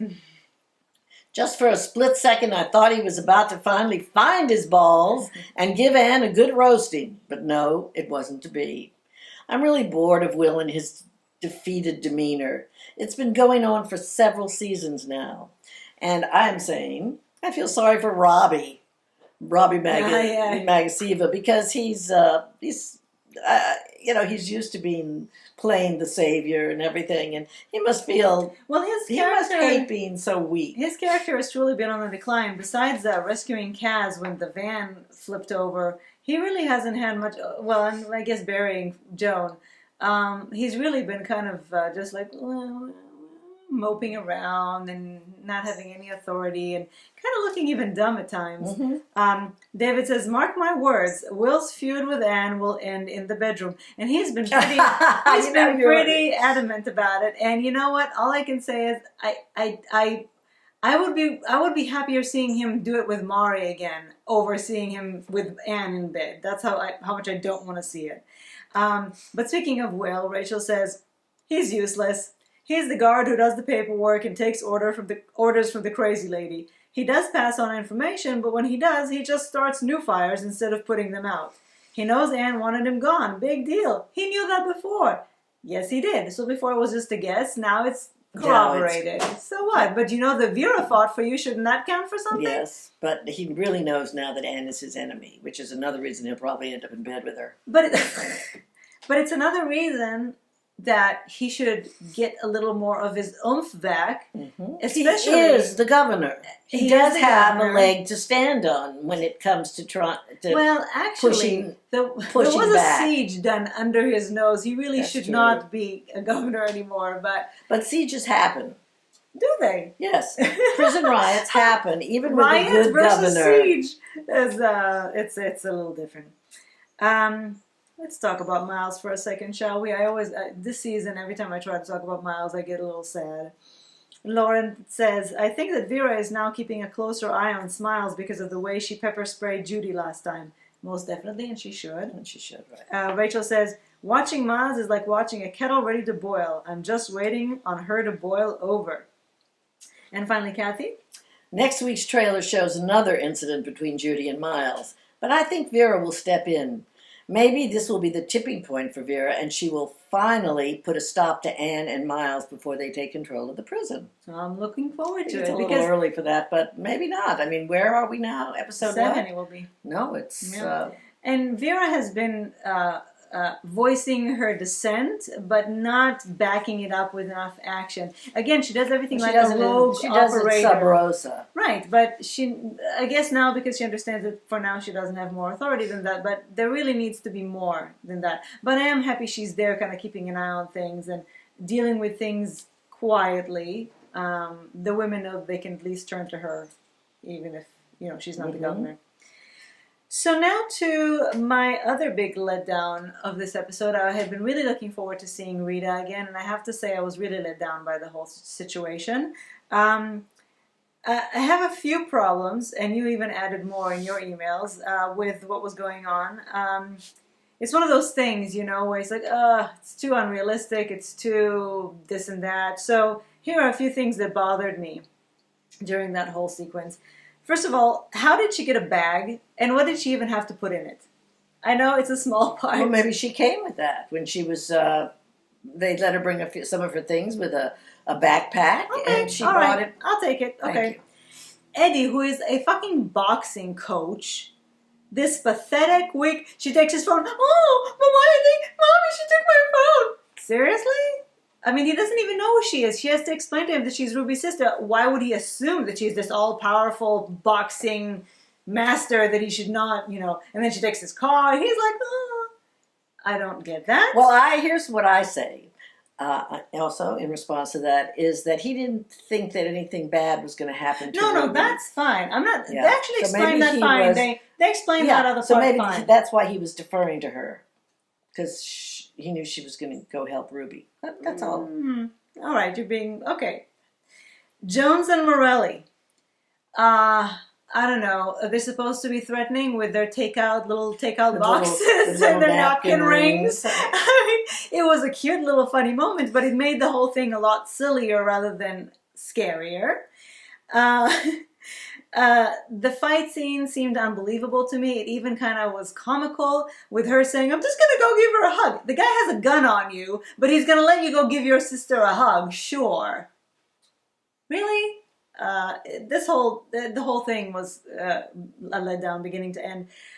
Bridget said, Rita and Ruby's storyline is played out already. That is the other point. It's been too repetitive. Yeah, you're absolutely right, Bridget. It's been done to death, and we're tired of it. And especially since we really don't care that much about Ruby, we care about Rita. We were looking forward to seeing Rita. Well, Rita came and she did the Mighty Mouse thing. Yeah, I mean, she was pretty fabulous. I but know, it was very. I also if you're said gonna I have thought Rita it was quite for one unbelievable. episode, yeah. David? I'm sad to say it, but I feel Rita's storyline is the weakest this year. I'm not engaged with it as much as I feel I should be.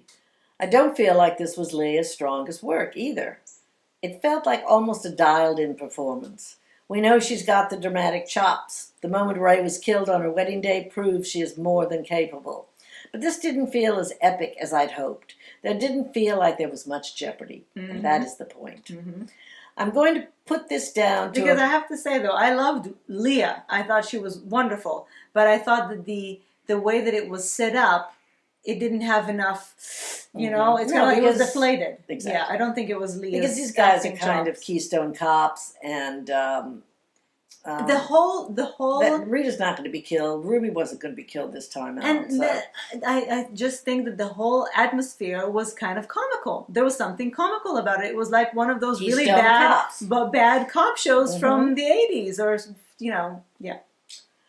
I'm going to put this down to a personal nitpick. I just don't find Jones, especially Morelli, threatening. Possibly because the lovely Patrick Harvey, who plays Morelli, played the gentle and fun-loving Irish character Connor O'Neill on Neighbours for so many years. Oh, no. Anybody who watched Neighbours, I guess. Yes. It feels like a miscast to me. Mm-hmm. And casting has a lot to do with a lot of so things. Much. Yeah. The storyline also felt like it was over before it had even begun. I think they're trying to cram as much into 20 episodes as possible, and I'm hoping that's not to the detriment of the quality. Wentworth works best when it takes its time with establishing a storyline. So, these shake-and-bake kidnaps that are over and done with an episode fall flat and feel hollow.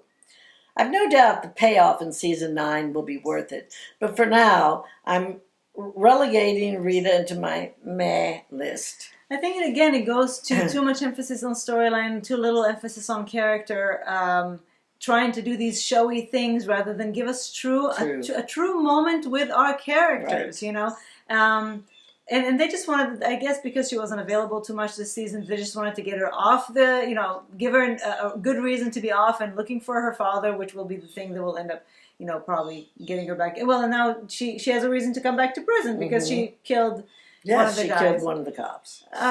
So again, it's one of those things where I would have preferred to have a more meaningful, less dramatic, or less sensationalistic moment with Rita rather than this. Karen says it was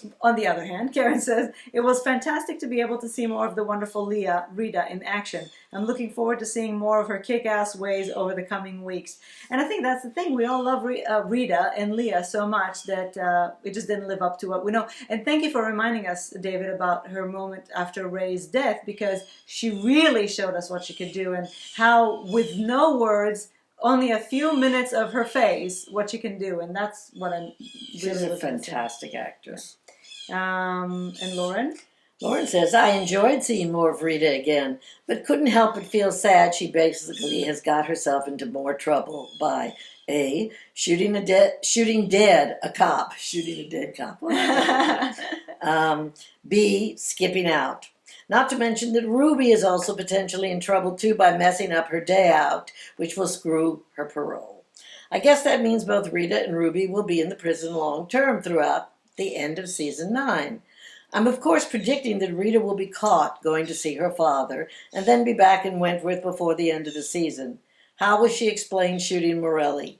Jones has escaped and will make it sound like she hunted them down. With Ruby heading back to Wentworth on orders not to say anything about being kidnapped, it's not looking good at all for Rita. And here is the other problem. Which is we have said this in the past, that we need to sometimes see some of our favorite characters actually thrive and have a good, successful release or something. Mm-hmm. And Rita would have been a great candidate.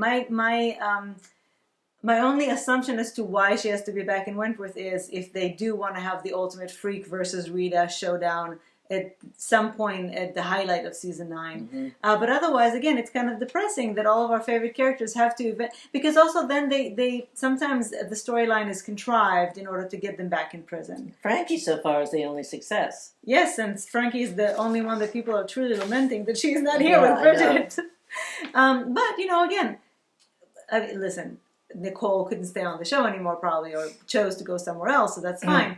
But we always said we needed to also be able to see them outside the prison, and we did see a little bit. But then they messed it up with all that Iman story, which was so bad. What story?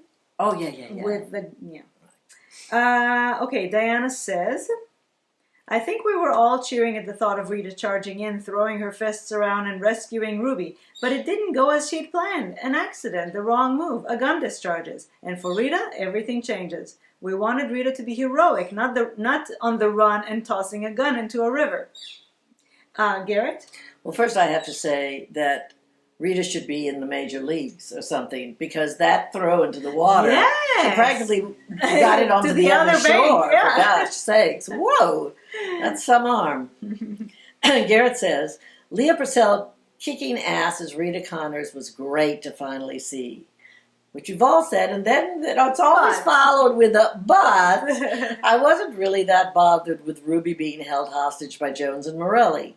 Don't get me wrong, it's taken me 3 seasons, but I finally started to adjust to Ruby being part of the family, and I'm enjoying her friendship with Boomer. The music used when Rita was sneaking out of the house was really good. Again, more praise to the music department. But I had no real feelings of suspense or a need to bite my nails in anticipation. I had every faith in Rita saving the day.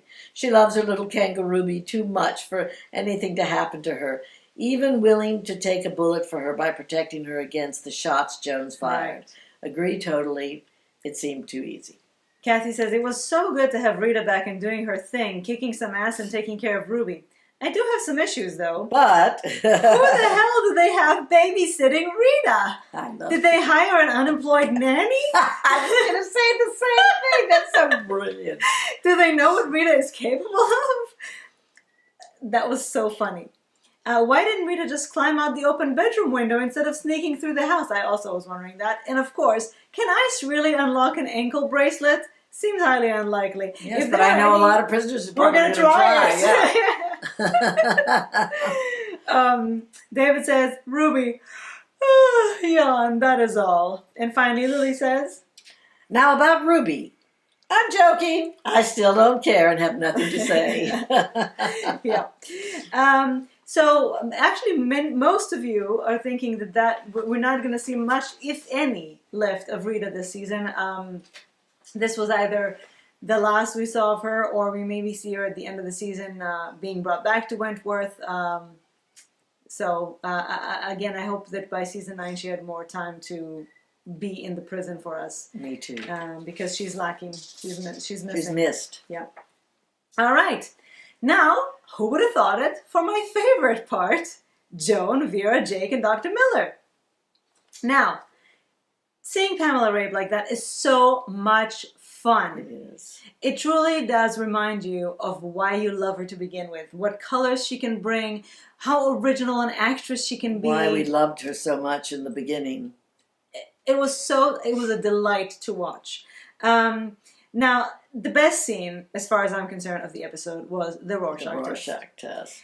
I mean, first of all, it was genius, brilliant writing. I mean, who can come up with 2 baby elephants drinking out of a glass fountain? I mean, Marcia, just for that, you have my eternal admiration. Then the acting, for Joan to play this so straight up was brilliant. And on the other side of that, to have Vera's priceless reactions on the other side of the glass, with her eye rolling and her chuckling, it was just... She was so cute. Just constructed brilliantly. Bravo, everybody involved. It was my favorite scene, probably of the season. Well, and it was especially set up for us because he said, psychopaths tend to see dark and violent images. And we all saw that. Is that a devil mask? No, it's butterflies, beautiful butterflies. I did see those priests too. So yes, so did I. I don't know what that means about all of us. But, I did too. Bridget said, I had to laugh when Dr. Miller said he would give her the Rorschach test. It really flushes out sociopaths and psychopaths.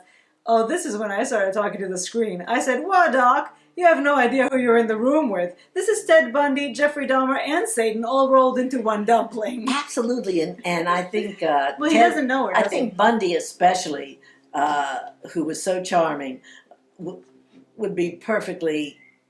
It would be so easy for him to get around a Rorschach test. We should have a crossover with Mindhunter. Wrong decade. But Dr. Miller really doesn't know Joan, right? He didn't have any... right, so he doesn't know her, and so...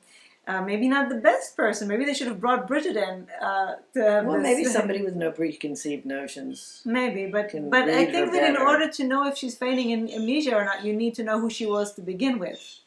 Just my 2 cents. Yeah, I agree. But this way, he tends to give her the benefit of the doubt. Maybe it's something that should be. Maybe it should be a blank slate. I don't know. Maybe. Lauren says. It was interesting to see Joan, a.k.a. Kath, work Dr. Miller. I was thinking straight back to the time Bridget did that psych test with Joan, and she knew how to answer every question, and then asked Bridget if she'd ever been raped. Right. Once again, Joan knew exactly how to answer those questions about the blots, even if she does truly believe she's Kath Maxwell. It is a major clue that Joan is not really gone. And I say, I love that we have no idea what is true and what is a game with Joan right now. I just love that. I'm not sure I love it, but it's definitely entertaining. I find it. I'm happy since Lerone and I, 2 minutes into a show, could say, "Oh, that's the killer." Oh yeah, that's true. It's fun not to know. I love that we're being kept in the dark, and that who better to do it than Pamela Ray, and also that we have both sides of the coin, like Dr. Miller giving her the benefit of the doubt, and Vera going, "Oh, please, this is such a ruse." Well, at this point, because I didn't want a guessing game, but I'm not going with a guessing game. I don't care if she's faking it or not at this point. I'm enjoying the ride, me too. which is more important. It's entertaining me at the moment. And I love her as Kath Maxwell. Absolutely. That's what it allows Pamela to play so well, and I'm really enjoying watching And her. the writing is quite splendid. I love that she says, "I think that I was Wait, educated." hold on. Sorry. This is the whole thing that I want to talk about. Okay. Before we go to that, though, Kathy says, the freak is definitely faking it. Those ink blots and her over-the-top elaborate responses. The doctor doesn't see through the baby elephants and butterflies. Even Vera can see that. Oh, Vera's predisposed to see that. The freak is a true sociopath. How else could she keep this up and never break character, even during those alone moments? Of course she knows that she's always being watched. Love that part where she walked right up to the window where Jake was watching. She knew damn well someone was there, and it was pure intimidation. Joan will come out. It's just a matter of when she chooses to. Seems Vera is the one she hates the most, but now that she's inside, is she waiting for Allie? So, I do want to say that first interview was genius. I loved the way the writing was brilliant. The way that they. So, how do you know that you didn't do drugs? Because I like the feeling of being in control. And what I loved about that was that could have been Kath Maxwell or certainly Joan Ferguson. But it's brilliant because even if she's Kath and she doesn't really know who she is, she just knows what the feeling. Mm-hmm. And then, how do you know that you're well educated? Because they have a general understanding of the world. I mean, she's just so smart. I love that. Now, interesting, when he asked her, how do you know that you don't have a family? Why are you so confident that you don't have a family? There's a pause. Her eyes kind of well up a little bit. And she says, because nobody found me at the hospital. Well, that's certainly not a good enough reason to assume that there's nobody. Nobody was looking for her, though. Well, it's been a long time. Mm-hmm. Maybe, I don't know. I think there was more there, especially because there was that pause and that kind of lingering. But is 3 months that long a time to stop looking for? I don't know if it's 3 months. I don't remember how long it's supposed to be because she ran out of the prison long before. No, that's true. Yeah. No. She didn't run with the siege, baby. The siege was 3 months ago. She ran before that. The whole story was with Frankie escaping. There was a whole season between there and now. Oh, that's true. So it's been more than that. Okay. And also her facial expression when she says, "They say I killed someone." She just, all of her nuances are so yummy. And the writing, again, I'm just loving this. Karen says, Joan makes the comment that I like the feeling of being in control, and she's certainly in control here and lulling everyone into a false sense of security. David? I've noted, as usual, the anti-comment. The contrarian. I have no doubt that she, Joan, is being genuine. The show has never shied away from showing us when Joan is being manipulative. As an audience, we are always allowed in on her scheming. Although,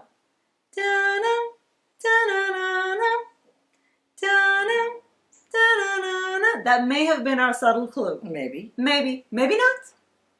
Be it a narrowing of the eye or a knowing smirk. Over the years, the show has used reflections and mirrors to show how a character perceives themselves. We've seen distorted and frightening reflections of Joan as she was unraveling in Season 3. We've seen her imagining herself in her governor's uniform as she climbed the ladder to top dog in Season 5. Her reflection signals which part of herself is dominating in the moment. Well, now we see that Joan sees a clear and vibrant reflection of herself in the mirror. That signals to me that she absolutely believes she is Kath Maxwell. We have more on Joan's mirrors from Ryan in a minute. And I have something to say. And that's what we're supposed to think. Mm-hmm. Oh, definitely. Yeah. And that doesn't mean that's the truth. No, I was going to say, and that doesn't mean it isn't true. However, it also doesn't mean it is true. If she's really still Joan, we'll have a tip-off soon. I think that it's going to happen fairly soon if it doesn't happen in some big way as with the LSD or with something else. We will... A flicker of the eye. There will be that. Yeah. So that we know. So then we have want to keep us in the dark another episode or two to play with us, to toy with us. It's such a Joan thing to do. They'll really toy with. I think it will also toy with us in another way to have us sort of know that she's faking and have people believing that she's really Kath. Well, there's no telling. The next episode, and again we'll have more theories later, but the next episode is, we see in the preview a lot of Vera saying to her, I'm on to you, you're not fooling me, blah, blah, blah. But I think it's episode 8 that's called Goldfish Part 2. Oh my God. So that's possibly when we'll get the get the real Joan. Yes. Mm-hmm. Or an answer, whatever answer it will be. Maybe that's when we'll find out. You mean a goldfish will jump out of a tank and she'll give it mouth-to-mouth resuscitation, and then we'll know that she's Kath Maxwell. There you go. Garrett says, having been governor, she is sure to know a thing or two about a prisoner's psychiatric evaluation from doctors' reports in the past. And as for that mirror in her room, she damn well knows the officers can observe her from the outside and listen into her conversation with Dr. Miller. Just like in season 4 when Bridget was doing an evaluation and she knew Vera was watching and listening to every word. Very possible. Mm-hmm. Now Lily has a lot to say. Yes, she does. Now it's time to talk about Kath, Joan, the Freak, Ferguson, Maxwell. Again, my perspective totally evolved about her and her storyline. At first, I was very critical about the use of amnesia as a storyline, calling it a shitty idea. Well, you certainly were very assured of what you thought. And Lily always is. And that's partly what we love about her. But now that I actually saw an episode with Kath, Joan, I'm totally okay with it, and I even enjoy it. See, she also allows herself to evolve. Mm-hmm. There you go. As long as I know that it's real amnesia and she's not faking There's conditions. Well, so far I think you can be safe feeling that way, but I don't think you can really be safe feeling that way. When I saw shots of Kath's face, I was always very anxious to see a look or a smile that would betray her and show us that it's actually the Freak. But I didn't see it, and I'm glad of that. This amnesia plot gives us the opportunity to discover a new character, even if it's in the same body. That's what I love. We actually saw. Yeah. But there is a different way of talking, a different way of interacting with people, a different way of moving, different clothes, and a different haircut. These changes are not radical and spectacular, but just with a few details, Pamela Rabe creates a totally new character. Her acting is subtle and just hits right. She transmits emotions that we didn't see with the Freak, such as confusion, insecurity, doubt, and fear. And as I said, I'm pretty happy with this story as long as it's real amnesia. The minute the Freak remembers who she is, I want to see it through a look, a smile, or an expression. Something subtle, but that says with no doubt that the Freak is back. And I want Vera to see it too. Let's just remember what Kath Joan said in therapy. She thinks she likes to be in control, and she's good at playing chess. Yes, that was also there for a reason. These are not empty words. They're here to remind us that the Freak is momentarily absent, but not dead. And I loved that scene with Dr. Miller. Pamela Rabe was simply riveting, remarkable, and oozed intelligence. I loved that. Speaking of Dr. Miller, Rachel says, Dr. Greg Miller gets to show off his examiner style. We all know he's going to recommend that Joan be placed in general population. He's going to say there's no evidence she's faking the amnesia. Well, times like this, I really miss Bridget. Who gets the last laugh? Yeah, even though Bridget ultimately, I think, also ran away screaming. Now, speaking of mirrors that David brought up, and we also brought up at the beginning, Ryan was kind enough even to send us some screenshots from earlier seasons, and here is his rundown. What we know is that the Freak's hallucinations include her father and a version of the self that I would call the reflection freak. An evil, twisted, Trump-like, I think Ryan has a thing about Trump. Trump-like version, except she's way smarter. Oh, yes, she has a brain. I mean, really, anybody is smarter, but... The only thing Trump has nothing. He doesn't have a brain, he doesn't have a soul. Not even hair. Twisted Trump-like version that usually appears in a mirror, window, dream, or hallucination. Ferguson's father disappeared after season 2, and perhaps the reflection freak took over. Where have we seen this reflection freak before?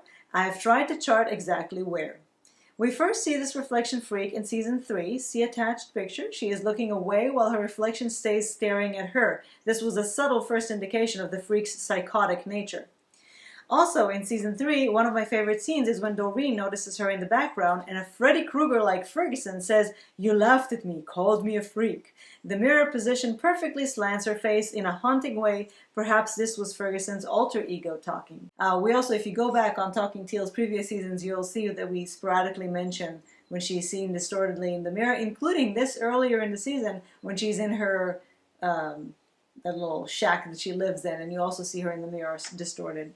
Season 5, Episode 2, that brilliant montage where Frankie has re-entered the prison and transforms out of her civvies into Teal. Meanwhile, the freak is realizing she will be staying put. The reflection freak has a conversation with her, taunting her about Vera and the importance of taking revenge on her. Remember, destroy her, personally, professionally.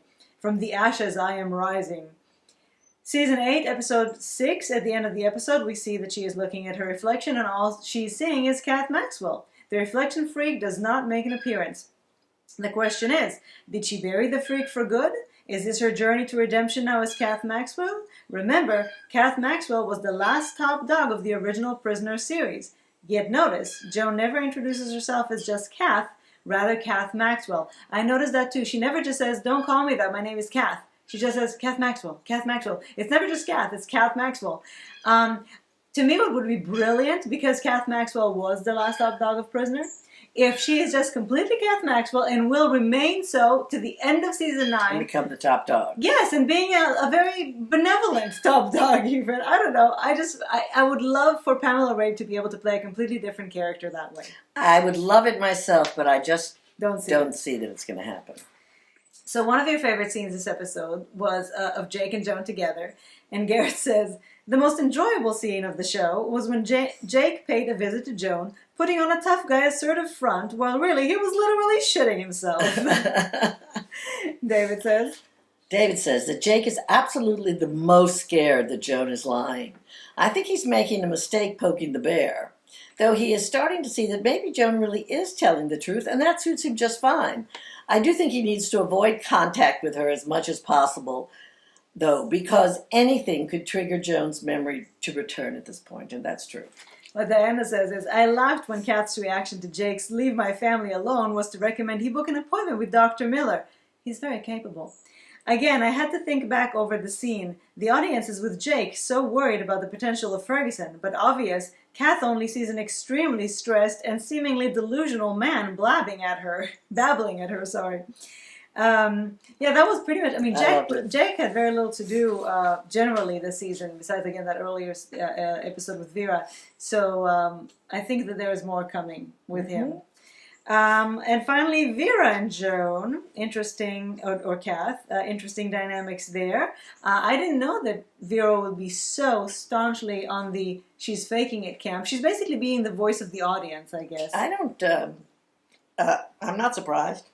No? No, of course not. She knows Joan. She's had the most dealings with her. Well, we don't know that she's faking it, though. She's No, but I can see why Vera would never let down her guard about this. Tell us about Rachel. Rachel says, "Vera no more believes that Joan has amnesia than a man in the moon. Her experience with Joan tells her that Joan is beyond cunning and that it's all an act. The minute Vera starts to believe the amnesia is real is the moment she's in big trouble." And I say, agree. Best for her to remain doubtful. She can't afford to let her guard down. I really think that she has too much to lose. Kathy says, "Next week's episode, Vera looks so tough getting into the freak face, but I think that's because there is still a part of her that's just not quite sure if Joan knows who she is." Possibly. Well, it's supposed to be that way for all of us, so... Yeah, exactly. That's why I said I think that Vera is basically being the voice of the audience. David says, I can see Vera's moral ambiguity coming into play, and I've no doubt she will do some questionable things before the end of this season. I like seeing Vera doing questionable things. I do too. It's exciting. Okay, we have the prisoner trivia of the week from Ryan. Ryan, Wentworth prison trivia for this week. In the original, Rita had an interesting first episode. A bunch of roaring conquerors' motorbikes tailed the police van taking her to Wentworth prison. In her first episode, a fearless Lou Kelly and her sidekick Alice Jenkins, an iconic character who also becomes top dog, nicknamed Lurch.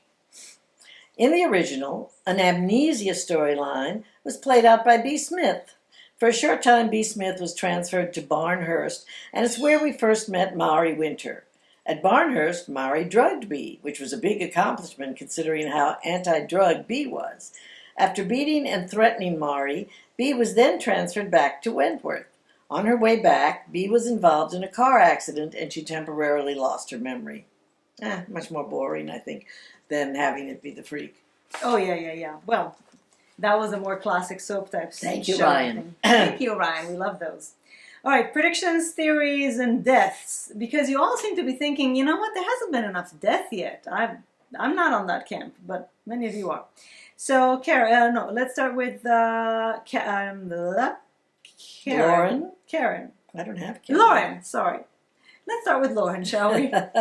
I hope that Maury and Allie will eventually join forces again. Maury really showed that she is not afraid of the other women, especially when she shouted at and bashed the inmate who tried to rape Reb. I would rather have Maury on my side than not if I was Allie. Bridget said, I have no evidence of this, but I think Maury is the one who gets killed this season, in accordance with everybody else. Way, yeah. Okay. Who do you have now? I have Garrett. Garrett, go ahead.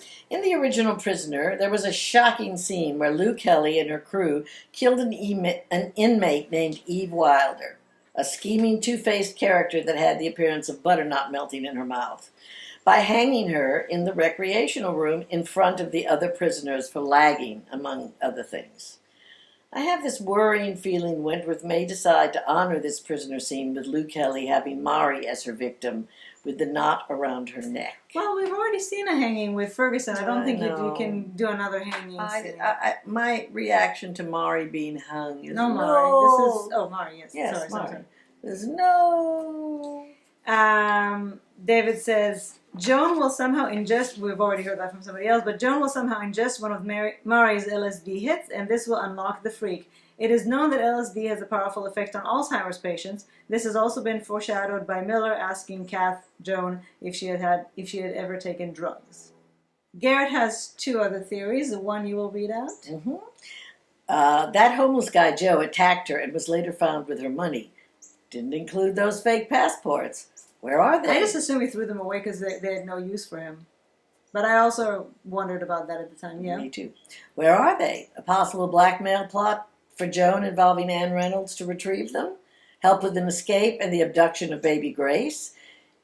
It is quite possible, after all, that Joan and Anne knew each other from the past, before Anne's departure to England from working in corrective services. I wouldn't be surprised if it was Anne who helped Joan get the job as governor all those years ago, whilst going up against Fletch for the position, who had the backing of Channing. They definitely seem like two peas from the same pod when it comes to having Wentworth run like clockwork and doing deals with prisoners on the quiet. Yeah, I didn't have any kind of inclination of whether or not they knew each other, if Anne knew who she was when she said she was taking her into prison. Me neither, but who knows. And I've been worrying about those passports myself. I just assumed again that they were thrown out, but I shouldn't assume. I think they might become pivotal if Joan becomes Joan again, and someone finds the passports and gives them to Vera. Recently, yes, but Vera also might find them, and then no, it might. Maybe she'll hang her. Okay. Garrett also says, now it's back to Wentworth for Ruby, while Rita most likely goes MIA again for another few weeks. I think you ladies have quite literally hit the nail on the head about the slow bleed with Ruby after the attack by Lou. I have a feeling this is how Ruby will meet her demise, with a grief-stricken Rita wanting payback, which will be ironic, as she will be walking in Maury's old shoes and wanting to avenge a loved one's death. And Garrett has yet another theory. Another theory. Oh my gosh. It's highly likely. Oh, wait. Sorry. Before you go there, Rachel says there's a lot bubbling on the season 8 stove here. I'm sure they'll find a way to put together a feast for us before it's all over. And Garrett has a concluding thought. It's highly likely that there's going to be another murder or two this season with Josh. one of the current women. With the freak back, Judy finding her feet, and Sheila's well overdue arrival still pending, the prison van she's traveling in must have taken a wrong turn and broken down. Yeah. And it's only been a matter of time before Rita is captured. The prison is becoming a bit overcrowded. Time to thin the herd. Yeah. Mari, Ruby, and Allie are my hot favorites to be up on the chopping block. And I say, agree on all. It does make things very tense because things are just happening under the surface all the time. I don't feel it's that tense. Again, to me, this episode was... I'm inserting my graphic again.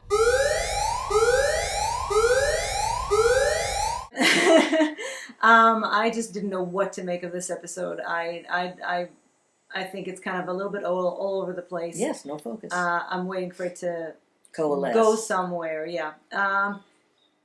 And I'm waiting for Marta. That's my bottom line. I'm waiting for Marta. It's like a doe. Exactly. Who never shows up, by the way. Never, yeah. So now you don't have to see the play. Thank you for joining us again. You know the email, you know what to do. Episode 7 is upon us, and very few episodes are left. So if you have something to say, speak up or forever hold your peace. See you later. Bye. Bye.